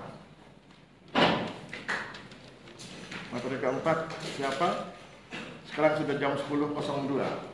Masih bisa kita sholat Jumat. Ya. Narasumber. Ya, silakan. Sudah dipotong Mas? Materi 4. Yang agak banyak itu materi 5 ya. Kalau nggak salah materi 5 itu berapa halaman? 300 halaman ya? Siapa yang nanti tampil materi 5? Siapa yang lihat? Oke, satu lagi. Oh, 2 putri. Yes. Oke. Thank you ya berkenan membaca buku tebal ya. Sudah diposting? Sudah.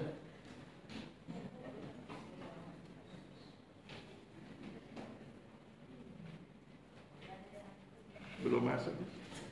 Kok posting kemana? Salah kamar. Nah, sudah. Novin itu, NOP itu. Novin itu siapa? Oh iya, Mikaela. Oke. Yuk, kita dengarkan. Silakan narasumber. Kita perhatikan ya. Assalamualaikum warahmatullahi wabarakatuh. Waalaikumsalam warahmatullahi wabarakatuh. Izin Pak Aris. Yuk. Di sini saya akan mempresentasikan hasil tugas dari materi poin 5 poin penting di materi keempat. Jadi poin pertama yaitu pengalaman dari berbagai negara dalam melaksanakan land reform menyatakan bahwa kunci keberhasilan land reform antara lain yaitu 1.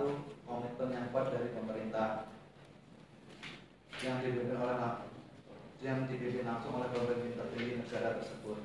Yang kedua yaitu tersedianya data dan informasi yang lengkap. Kemudian 3. Didukung oleh parlemen. Kemudian didukung oleh angkatan bersenjata, lalu partisipasi semua stakeholder serta dipersiapkan secara matang dan dilaksanakannya secara konsisten dan bertahap. Kemudian poin kedua yaitu sedangkan ketidakberhasilan reform antara lain yaitu 1. Pertentangan ideologi dan politik. 2. Tidak adanya komitmen yang kuat dari pemerintah. 3. Melupakan proses kesejarahan, nilai budaya, keadaan sosial dan politik. 4. Kuatnya resistensi pemilik tanah karena langsung mengambil alih tanah yang terkena ketentuan land reform. Dan yang terakhir yaitu tidak dipersiapkan secara matang. Poin ketiga yaitu pengelolaan akses reform antara lain meliputi 1. Penyediaan infrastruktur dan sarana produksi. 2. Pembinaan dan bimbingan teknis kepada penerima manfaat. 3. Dukungan permodalan dan dukungan distribusi dan pemasaran serta dukungan lainnya.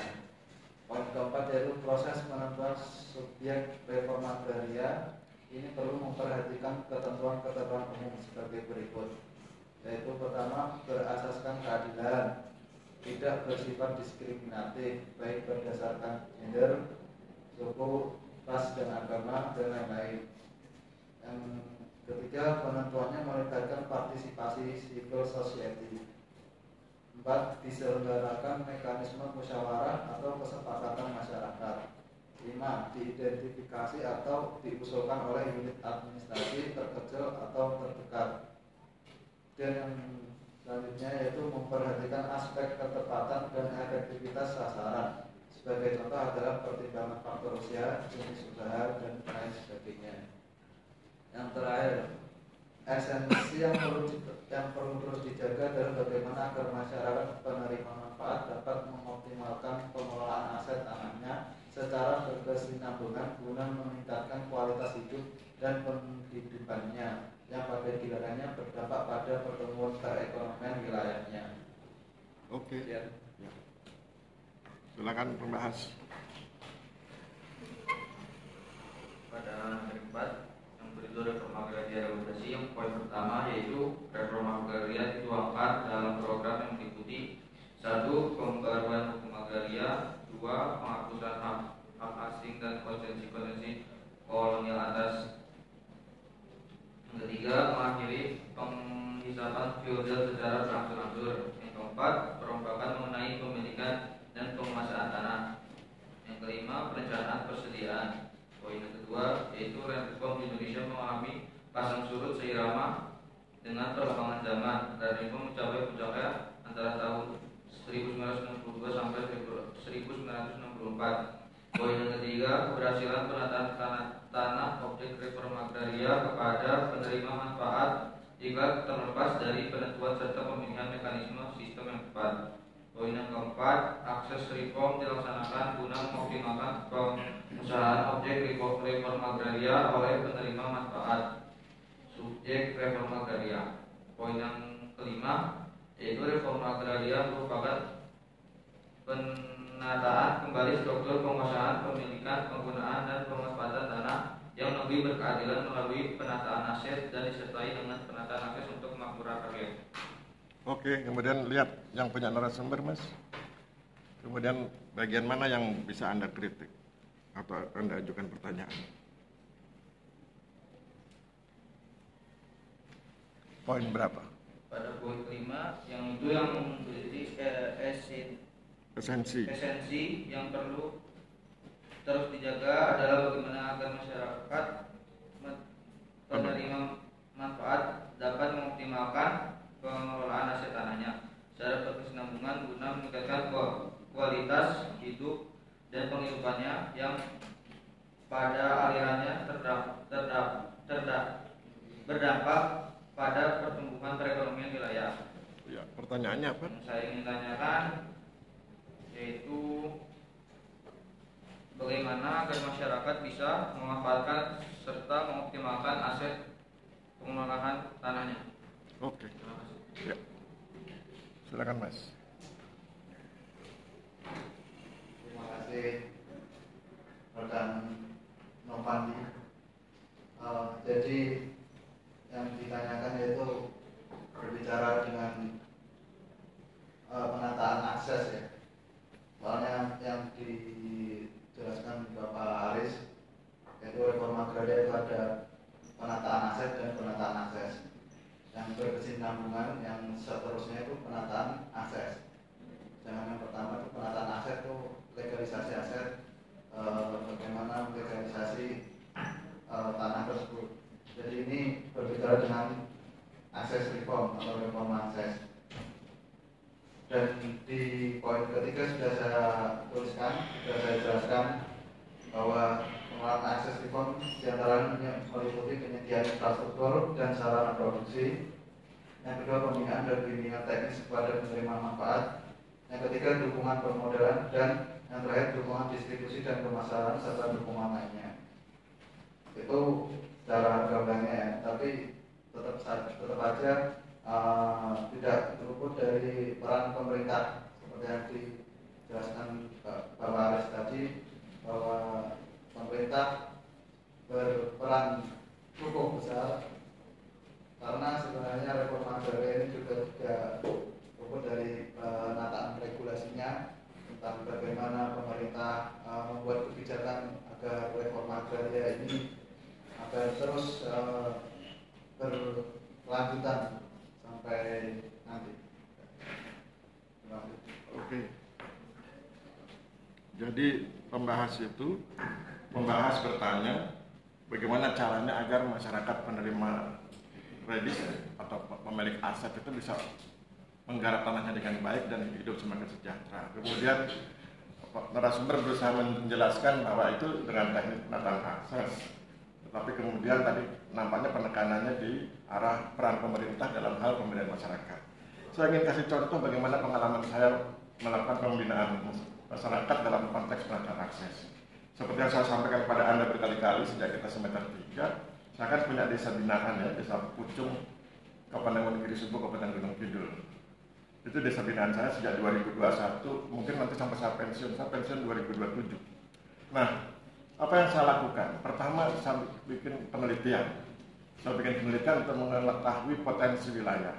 Maka kemudian saya punya data tentang ini yang punya potensi pertanian, ini perikanan, ini peternakan, kemudian potensi-potensi lainnya, termasuk industri kecil ya, UMKM, dan termasuk peluang untuk menjadi desa wisata.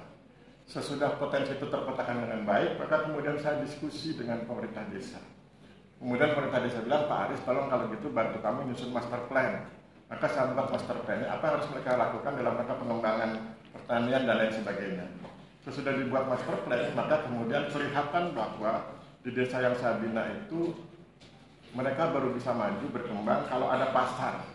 Pengertian pasar itu bukan dalam artian fisik, tapi dalam artian abstrak, yaitu tempat mereka menyalurkan hasil-hasil pertanian, perikanan, dan lain sebagainya.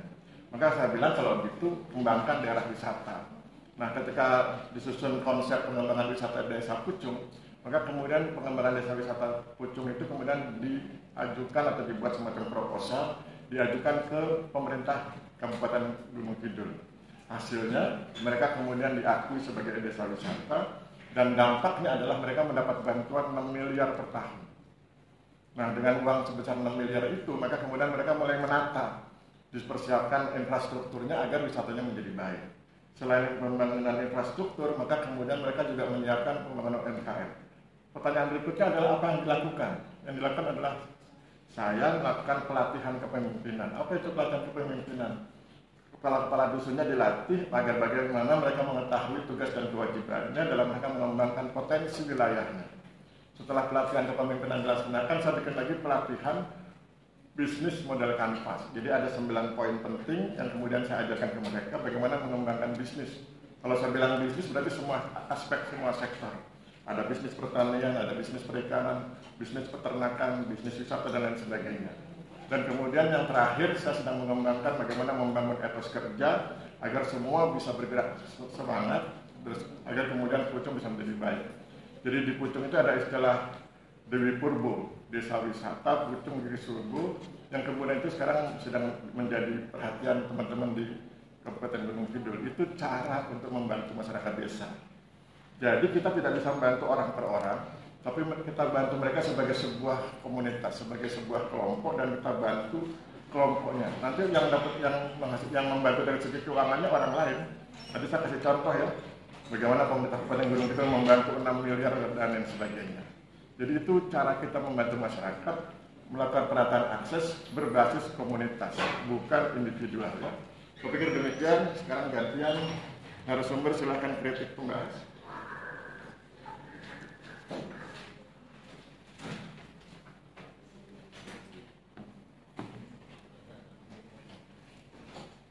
Di poin berapa? Poin ketiga. Poin ketiga, oke, tentang Poin ketiga terkait berdasarkan penataan tanah-tanah objek reforma agraria kepada penerima manfaat tidak terlepas dari penentuan serta pemilihan mekanisme dan sistem yang tepat. Nah, pertanyaannya, bagaimana cara memilih mekanisme dan sistem yang tepat? Artinya, kalau tidak dicoba kan tidak tahu kalau itu tepat atau tidaknya. Jadi bagaimana caranya? Bagaimana caranya menentukan mekanisme dan sistem yang tepat, gitu ya? Silakan Mas. Ya, terima kasih atas kehadirannya. Izin menjawab. Cara pemilihan mekanisme dan sistem yang tepat yaitu secara garis besar mekanisme penyelenggaraan reforma agraria mencakup 4 lingkup kegiatan utama, yaitu penetapan objek, penetapan subjek, mekanisme, dan delivery sistem reforma agraria serta akses reform.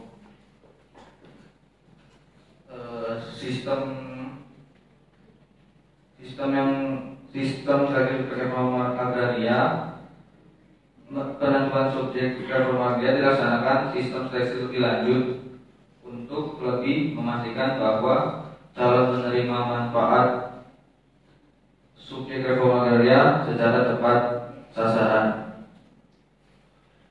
Untuk itu diperlukan sistem seleksi subjek reforma agraria yang cermat dan dapat dipertanggungjawabkan. Ketentuan umum dalam melaksanakan seleksi subjek reforma agraria adalah yang pertama, memperhatikan kejelasan dan keabsahan identitas calon subjek reforma agraria. Yang kedua, dapat dipertanggungjawabkan. Yang ketiga, transparan. Yang keempat, memperhatikan kearifan lokal. Yang kelima, melalui jenjang hierarki dari desa atau kelurahan, kecamatan, kabupaten atau kota, provinsi, dan nasional. Gitu ya. Oke ya, jadi narasumber bertanya bagaimana menentukan mekanisme dan sistem yang tepat, kemudian pembahas menjawabnya secara normatif. Normatif itu artinya ini loh, ketentuannya agar mekanisme dan sistem dianggap tepat. Tetapi pembahas kayaknya belum sempat menjelaskan secara faktual. Fakta di lapangan yang saya lihat berdasarkan penelitian-penelitian saya menunjukkan bahwa ada kalanya kesalahan melakukan penataan akses. Misalnya tadi saya kasih contoh, dia petani, tapi kemudian pelatihan yang datang ke daerah pertanian itu adalah pelatihan tentang perikanan. Petaninya ya sudah diundang ke kelurahan, datang dengarkan orang cerita soal perikanan. Pulanglah dia, gak ada hasilnya. Nanti sebaliknya, di daerah perikanan dia ngomong pertanian, nelayan diajari cara menanam jagung. Nah itu adalah contoh faktual di lapangan, bagaimana terjadi kesalahan karena data awalnya tidak benar. Kenapa data awalnya tidak benar? Tidak mampu diidentifikasi mana wilayah pertanian, mana wilayah perikanan, mana petani, mana nelayan, sehingga kemudian tertukar tim penyuluhnya itu, tertukar tim pembinanya, sehingga kemudian itu menjadi kendala di lapangan. Jadi jangan terlalu yakin dengan aspek normatif, Anda juga harus lihat fakta di lapangannya, karena kemudian seringkali yang normatif itu bertentangan dengan yang faktual di lapangan. Dan itu kan kemudian menjadi sumber skripsi Anda ya. Skripsi Anda nanti kan begitu, skripsi Anda akan bicara tentang hal-hal yang normatif yang ternyata dipraktekkan berbeda di lapangan. Kalau hal normatif dipraktekkan sama di lapangan itu bukan skripsi, itu laporan kepala kantor ya. Saya pikir demikian. Aplaus buat narasumber dan pembahas. Terima kasih. Terima kasih kembali ke tempat. Naskahnya serahkan ke saya. Terakhir, materi yang paling banyak ya. 300 halaman kalau nggak salah itu. Narasumbernya dan pembahasnya 2 orang putri ya. Berarti memang wanita rajin membaca ya. Oke, silakan. Mana yang narasumber? Mbak membahas. Berapa halaman? 300-an kan? Oh.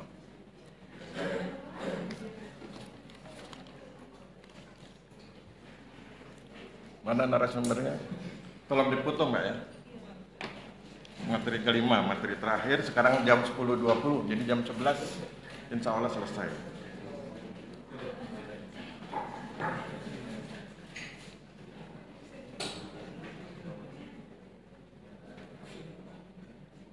Mbak Anissa yang enggak, oke. Satu lagi belum? Mbak Hasna. Oke, sudah ya. Silakan Mbak pegang mikrofonnya. Yuk kita dengarkan penjelasan narasumber tentang materi yang paling banyak. Bagaimana beliau meringkas 300 halaman jadi 5 poin ya. Assalamualaikum warahmatullahi wabarakatuh. Waalaikumsalam warahmatullahi wabarakatuh. Saya Hasna Lisa, aku narasumber dari materi A5 yang berjudul Perjuangan dan Reform Masyarakat Perkebunan, Partisipasi Politik, Klaim dan Konflik Agraria di Sumatera.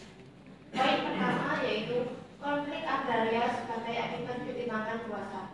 Dalam konteks perkebunan dan globalisasi pasar, relasi kuasa agraria berubah dari pemenuhan kebutuhan substansi menjadi orientasi pasar internasional. Ketidaksetaraan penguasaan dan relasi kuasa antara pemilik tanah dan petani menciptakan konflik agraria sebagai respon terhadap eksploitasi dan ketidakadilan.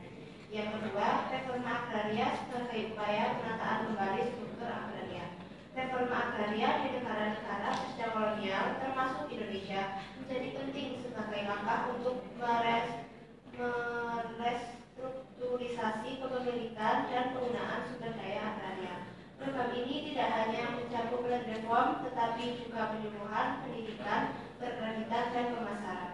Tujuannya adalah memberdayakan petani kecil, meningkatkan produksi pertanian, dan mengurangi dominasi latifundia sehingga memberikan manfaat bagi sebagian besar masyarakat. Yang ketiga, sistem kepemilikan tanah tradisional jika residenan Basuki.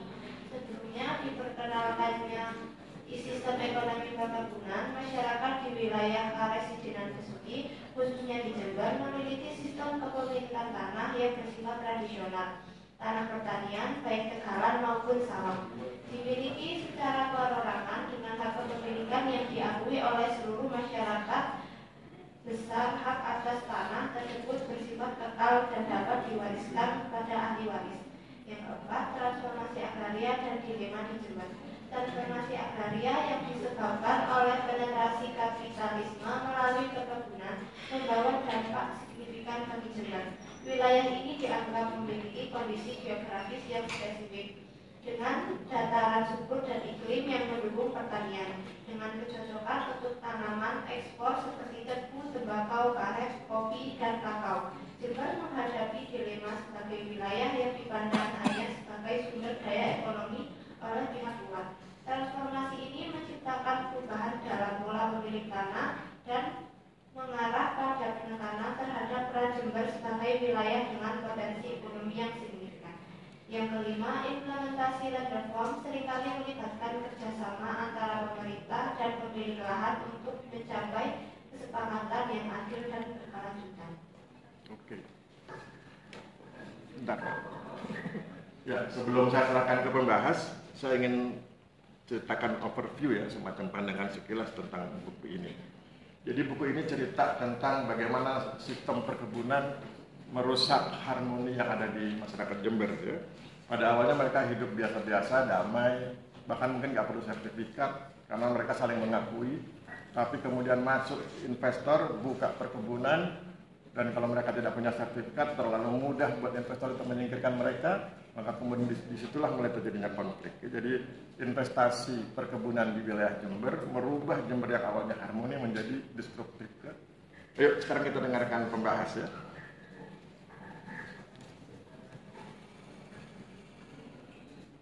Baik, di sini saya akan menyampaikan 5 poin dari buku Perjuangan dan Reform Masyarakat Perkebunan, Partisipasi Politik, Klaim dan Konflik Agraria di Jember. Yang pertama, gejala land population atau meningkatnya jumlah masyarakat tidak bertanah dan praktek dicabutnya masyarakat petani atas tanah depreciation sudah berlangsung sejak pemerintah kolonial Hindia Belanda. Yang kedua, perkebunan Jember dan transformasi agraria. Perubahan sistem ekonomi masyarakat pada masa kolonial disebabkan oleh 5 tonggak transformasi agraria, yaitu yang pertama, pada masa berlangsungnya sistem priangan pada tahun 1797, penguasa lokal Cianjur mengizinkan Perusahaan dagang Belanda membuka perkebunan kopi di Pegunungan Priangan dengan sistem tanam kerja paksa yang merubah struktur hukum adat dan struktur sosial masyarakat di daerah Priangan. Kedua, pelaksanaan teori domain rebels, yaitu semua tanah di Pulau Jawa sebagai pesut adalah milik raja yang disewakan kepada penduduk. Yang ketiga, sistem tanam paksa di mana pengelolaan tanaman yang berkualitas ekspor seperti tebu, kopi, nilai tembakau, teh, dan lain-lain membutuhkan banyak tenaga dan itu tidak dibayar. Yang keempat, masa Japanese Reglement di mana gubernur jenderal bisa menyewakan tanah berdasarkan asas donasi yang menghilangkan hak masyarakat pribumi dalam membuka lahan baru. Yang kelima, lahirnya Undang-Undang Agraria di mana tanah yang tidak ada pemiliknya, pemerintah bebas menjatuhkan pemasangan tanah tersebut menjadi hak pemerintah. Pelaksanaan ekonomi perkebunan berdampak pada kegiatan pertanian masuk ke dalam kerangka hitungan ekonomis yang diukur dengan mata uang yang berpengaruh pada pembangunan ekonomi. Kedua, hadirnya klaim otoritas baru yaitu on-demand dan off-cover yang bersaing dalam mengeksploitasi tanah-tanah di Karisidenan Besuki. Kalangan off-cover melahirkan kelompok pedagang perantara yang disebut sebagai pedagang pengumpul atau pengkulak. Yang ketiga, pada periode Jepang, masyarakat perkebunan dan hancurnya struktur agraria kolonial. Proses transformasi agraria yang sangat berbeda dialami oleh masyarakat perkebunan, di mana pada masa pemerintah Hindia Belanda, hubungan sosial ekonomi merupakan hubungan antara masyarakat perkebunan, yaitu masyarakat usaha tani maupun bertani dengan pihak pengusaha perkebunan. Konsolidasi tanah pada masa kolonial Hindia Belanda dilakukan untuk pemenuhan kebutuhan pasar internasional, sedangkan pada masa Jepang untuk pemenuhan kebutuhan perang. Kontrol masyarakat dilakukan langsung oleh pihak militer Jepang, sehingga intervensi dari pemerintah dalam urusan usaha tani sangat kental. Yang keempat, masyarakat perkebunan dan inisiatif menata ulang struktur agraria. Memanfaatkan kondisi ekonomi yang merosot, terdapat beberapa pihak yang memiliki inisiatif dalam rangka partisipasi menata ulang sumber agraria di wilayah perkebunan. Tiga inisiatif tersebut adalah pemerintah, organisasi masyarakat, dan masyarakat perkebunan sendiri. Meskipun ketiga inisiatif tersebut memiliki tujuan masing-masing dalam memaknai penataan ulang tersebut. Yang kelima, momentum politik hadir kembali untuk penataan ulang sumber-sumber agraria dengan lahirnya UU PA tahun 1960. Akan tetapi, pelaksanaan reform bintitan akibat konflik berada pada tahun 1965 sampai 1966. Faktor penghambat reforma agraria bersumber pada kultur feodal, watak eksploitasi kolonial Belanda, dan bentuk sentralistik hierarki militer Jepang. Oke, sekarang silakan baca yang punya narasumber, Mbak. Kemudian berikan kritik dan ajukan pertanyaan. Pada poin kedua, reforma agraria sebagai upaya penataan kembali struktur agraria. Reforma agraria di negara-negara pasca kolonial termasuk Indonesia menjadi penting sebagai langkah untuk menstrukturisasi kepemilikan dan penggunaan sumber daya agraria. Program ini tidak hanya mencakup land reform tetapi juga penyuluhan, pendidikan, perkreditan, dan pemasaran. Tujuannya adalah memberdayakan petani kecil, meningkatkan produksi pertanian, dan mengurangi dominasi latifundia sehingga memberikan manfaat bagi sebagian besar masyarakat.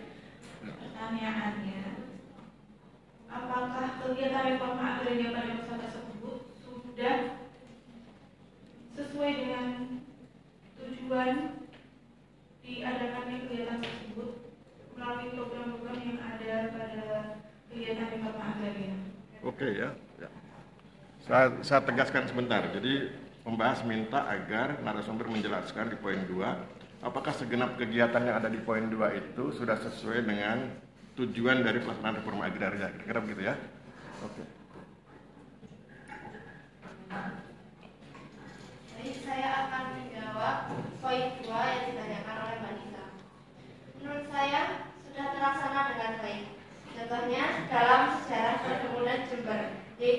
terdapat kompromi elit, terdapat kekuatan modal Belanda.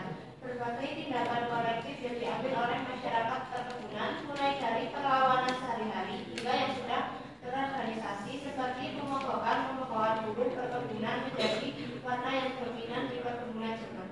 Namun tentunya mengalami tantangan yang dihadapi masyarakat, yaitu gerakan-gerakan masyarakat perkebunan yang semakin terorganisir merupakan tantangan yang mengejutkan bagi kelompok yang selama ini menikmati keberadaan struktur agraria kolonial. Tuntutan masyarakat perkebunan pada periode ini berhubungan secara masif dengan organisasi sosial politik yang mulai berkembang saat ini.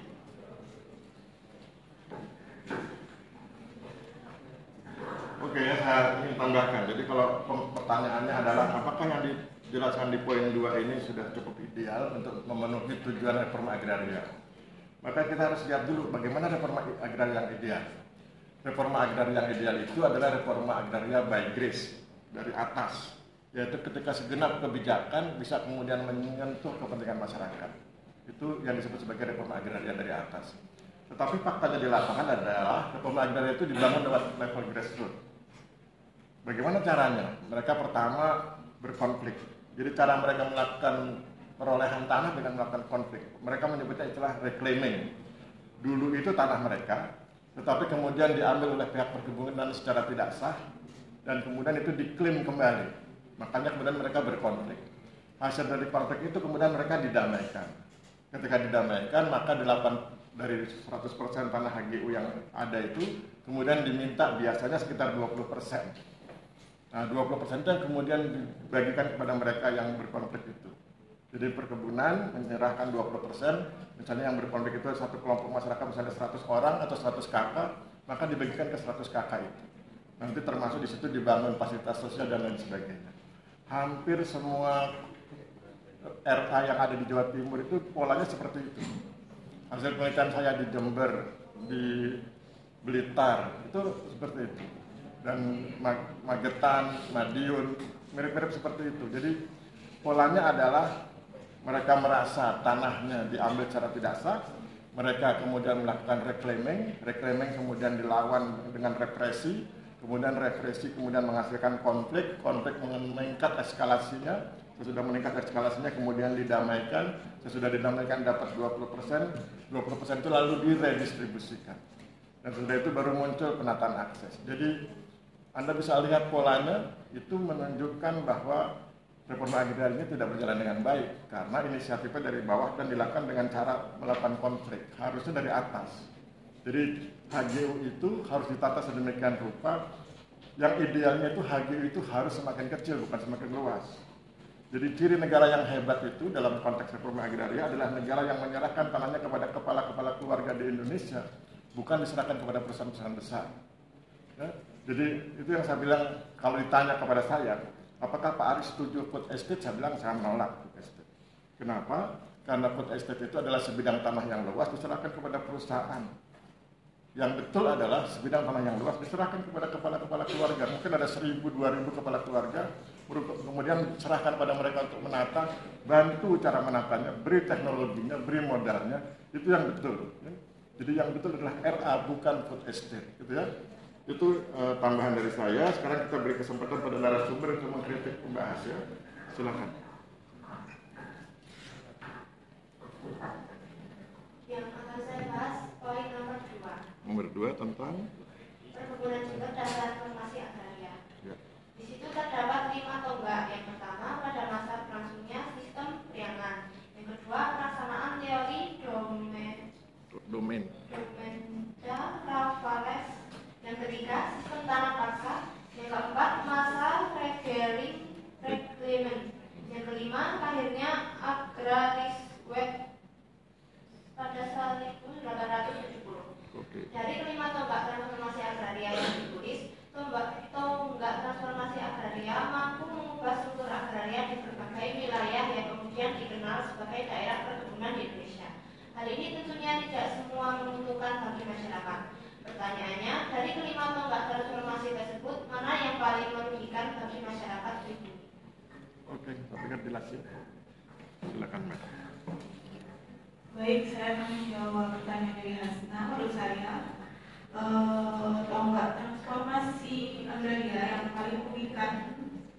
adalah pada akhirnya agraris wet, undang-undang agraria di mana tanah yang tidak ada pemiliknya, pemerintah bebas menjatuhkan penguasaan tanah tersebut menjadi hak pemerintah. Pada pasal 1 dari agraris wet dinyatakan semua tanah yang tidak ada hak di atasnya atau agenum adalah kepunyaan negeri, yang mana tafsir tersebut sangat merugikan masyarakat pribumi dan menguntungkan pihak kolonial. Kemudian dari lahirnya undang-undang agraria atau agraris tersebut menyebabkan banyak para pengusaha kolonial yang mengajukan hak etok, yaitu hak istimewa dari pemerintah kolonial untuk menyewa tanah yang lebih luas dan besar cakupan usahanya atas tanah rakyat, yang dimana hal tersebut meskipun melibatkan rakyat dalam pengelolaan tanah tersebut, tetapi rakyat tidak mampu menguasai dan memiliki tanah yang seharusnya menjadi haknya. Oke, ya. Oke ya, saya tambahkan sedikit. Jadi kalau Anda perhatikan 5 poin ini adalah 5 tonggak ini adalah 5 tonggak yang menyengsarakan bangsa Indonesia. Ya, makanya kemudian istilahnya bukan tonggak reforma agraria, tapi tonggak transformasi agraria. Tonggak yang menyebabkan kesengsaraan yang kemudian karena disengsarai seperti itu kemudian orang berjuang melawan. Ya, maka disebut sebagai tonggak transformasi agraria. Mari kita lihat. Yang tonggak pertama, sistem priangan. Pada awalnya pemilik perkebunan di lokasi-lokasi di desa-desa di Indonesia itu adalah masyarakat setempat. Tapi kemudian dengan bujuk rayu, kemudian Belanda diizinkan di daerah priangan. Dan itu adalah embrio perkebunan asing. Dan itu nanti sejak saat itu kemudian menyebar. Awalnya mereka baik, tapi lama-lama mereka mengeksploitasi masyarakat dan tanahnya. Dan akhirnya kemudian mereka meluas dan menyingkirkan para pengusaha-pengusaha perkebunan lokal. Ya. Itu yang tonggak pertama. Yang kedua, teori domain dari Raffles. Raffles itu menganggap bahwa seluruh tanah di wilayah kekuasaan Inggris adalah tanah Ratu Inggris, termasuk di Indonesia saat itu. Ketika Belanda kalah perang dengan Inggris, maka wilayah jajahannya menjadi wilayah kekuasaan Inggris. Maka kemudian Raffles bilang semua warga harus bayar sewa kepada Ratu Inggris. Maka kemudian muncul pajak yang sangat tinggi. Kemudian tonggak yang ketiga, tanam paksa. Tanam paksa ini diberlakukan Belanda karena mereka butuh biaya pengganti sesudah 2 perang besar. Perang Diponegoro dan perang Padri di Sumatera itu menimbulkan kerugian yang besar bagi pemerintah Hindia Belanda sehingga mereka butuh dana, dan itu kemudian diberikan solusi dengan cara tanam paksa. Orang disuruh tanam, hasil tanamannya diambil tanpa dibayar. Kemudian yang keempat, reglement itu bicara tentang dibuatnya peraturan perundangan, tapi peraturan perundangan itu tidak menguntungkan pribumi, tidak menguntungkan Indonesia, tapi menguntungkan Belanda. Di situ nanti mulai muncul tanah-tanah partikelir. Tanah partikelir adalah tanah yang disewa oleh pengusaha kepada pemerintah Hindia Belanda, dan ketika dia menyewa itu berarti dia mendapatkan tanah dan penduduknya. Jadi kalau di Jakarta ada istilah tuan tanah kedawung gitu ya. Bagaimana dia menguasai tanah dan penduduknya. Penduduknya termasuk yang disewa itu. Ya. Itu yang keempat. Dan yang kelima, agraris wet. Undang-undang agraria, tapi undang-undang agraria ini tidak menguntungkan juga karena itu justru menjadi basis domain perkelaring. Kalau tidak punya bukti berarti tanah milik Belanda. Jadi ini adalah 5 tonggak yang menunjukkan bagaimana kesengsaraan yang dialami bangsa, dimulai dari sistem priangan yang menjadi embrio perkebunan sampai kemudian semua sistem dibuat sedemikian rupa agar kemudian harus tunduk pada hukum Belanda. Tidak punya bukti berarti itu tanah Belanda. Oke, saya pikir demikian. Materi kita cukup, materi yang kelima, materi yang paling banyak. Applause buat narasumber yang biasa. Terima kasih. Naskahnya. Silakan kembali ke tempat. Oh ya. Oke. Sebelum kita bubar, siapa di antara Anda yang ingin bertanya? Jamnya baru jam 10.40 ya, kan sholat Jumatnya masih lama itu. Jadi jangan alasan sholat Jumat. Ayo, ada? Kalau nggak ada kita cukupkan ya. Yang penting Anda mengerti materi hari ini cukup banyak. Kita ngomong soal land reform, kita ngomong kegagalan land reform, kita ngomong soal RA apa yang harus dikerjakan dan apa yang fakta di lapangan. Dan kalau nanti Anda tanya kepada saya, Pak Aris bagaimana cara bikin soalnya? Nanti kan Anda nggak ada ujian akhir semester, UAS itu nggak ada. Yang ada cuma UTS. UTS soalnya 2 dari saya dan Pak Deden. Ya. Nah dari saya, materi yang saya akan masukkan di soal UTS, bukan saya baca semua buku kemudian saya masukkan di soal, waktu itu banyak. Setiap diskusi seperti ini kan saya rekam di YouTube ya. Nah materi diskusi ini yang kemudian saya jadikan soal. Jadi sebetulnya yang bikin soal itu Anda sendiri. Anda yang bikin soal, Anda diskusi, saya perhatikan, saya tambah, saya kurang, kemudian itu yang jadi bahan soal. Jadi mungkin nanti soalnya 4, pertemuan 1, pertemuan 2, pertemuan 3, masing-masing ada soalnya. Ya. Saya pikir demikian, mudah-mudahan clear dan mudah-mudahan tidak ada lagi yang tidak ikut ujian. Pengalaman kemarin di sosiologi agraria tidak ikut ujian. Dan Anda harus tahu ya, kalau tidak ikut ujian sama saya, ujian susulan itu bukan ujian tertulis, tapi ujian lisan. Ya. Tanya sama sahabat Anda yang mengalami itu ya. Bagaimana dia dicecar seperti ujian skripsi ya. Jadi usahakan masuk, jangan kesiangan. Terima kasih, saya akhiri. Wabillahi taufiq wal hidayah. Wassalamualaikum warahmatullahi wabarakatuh. Salam sejahtera buat kita semua. Terima kasih dan selamat siang.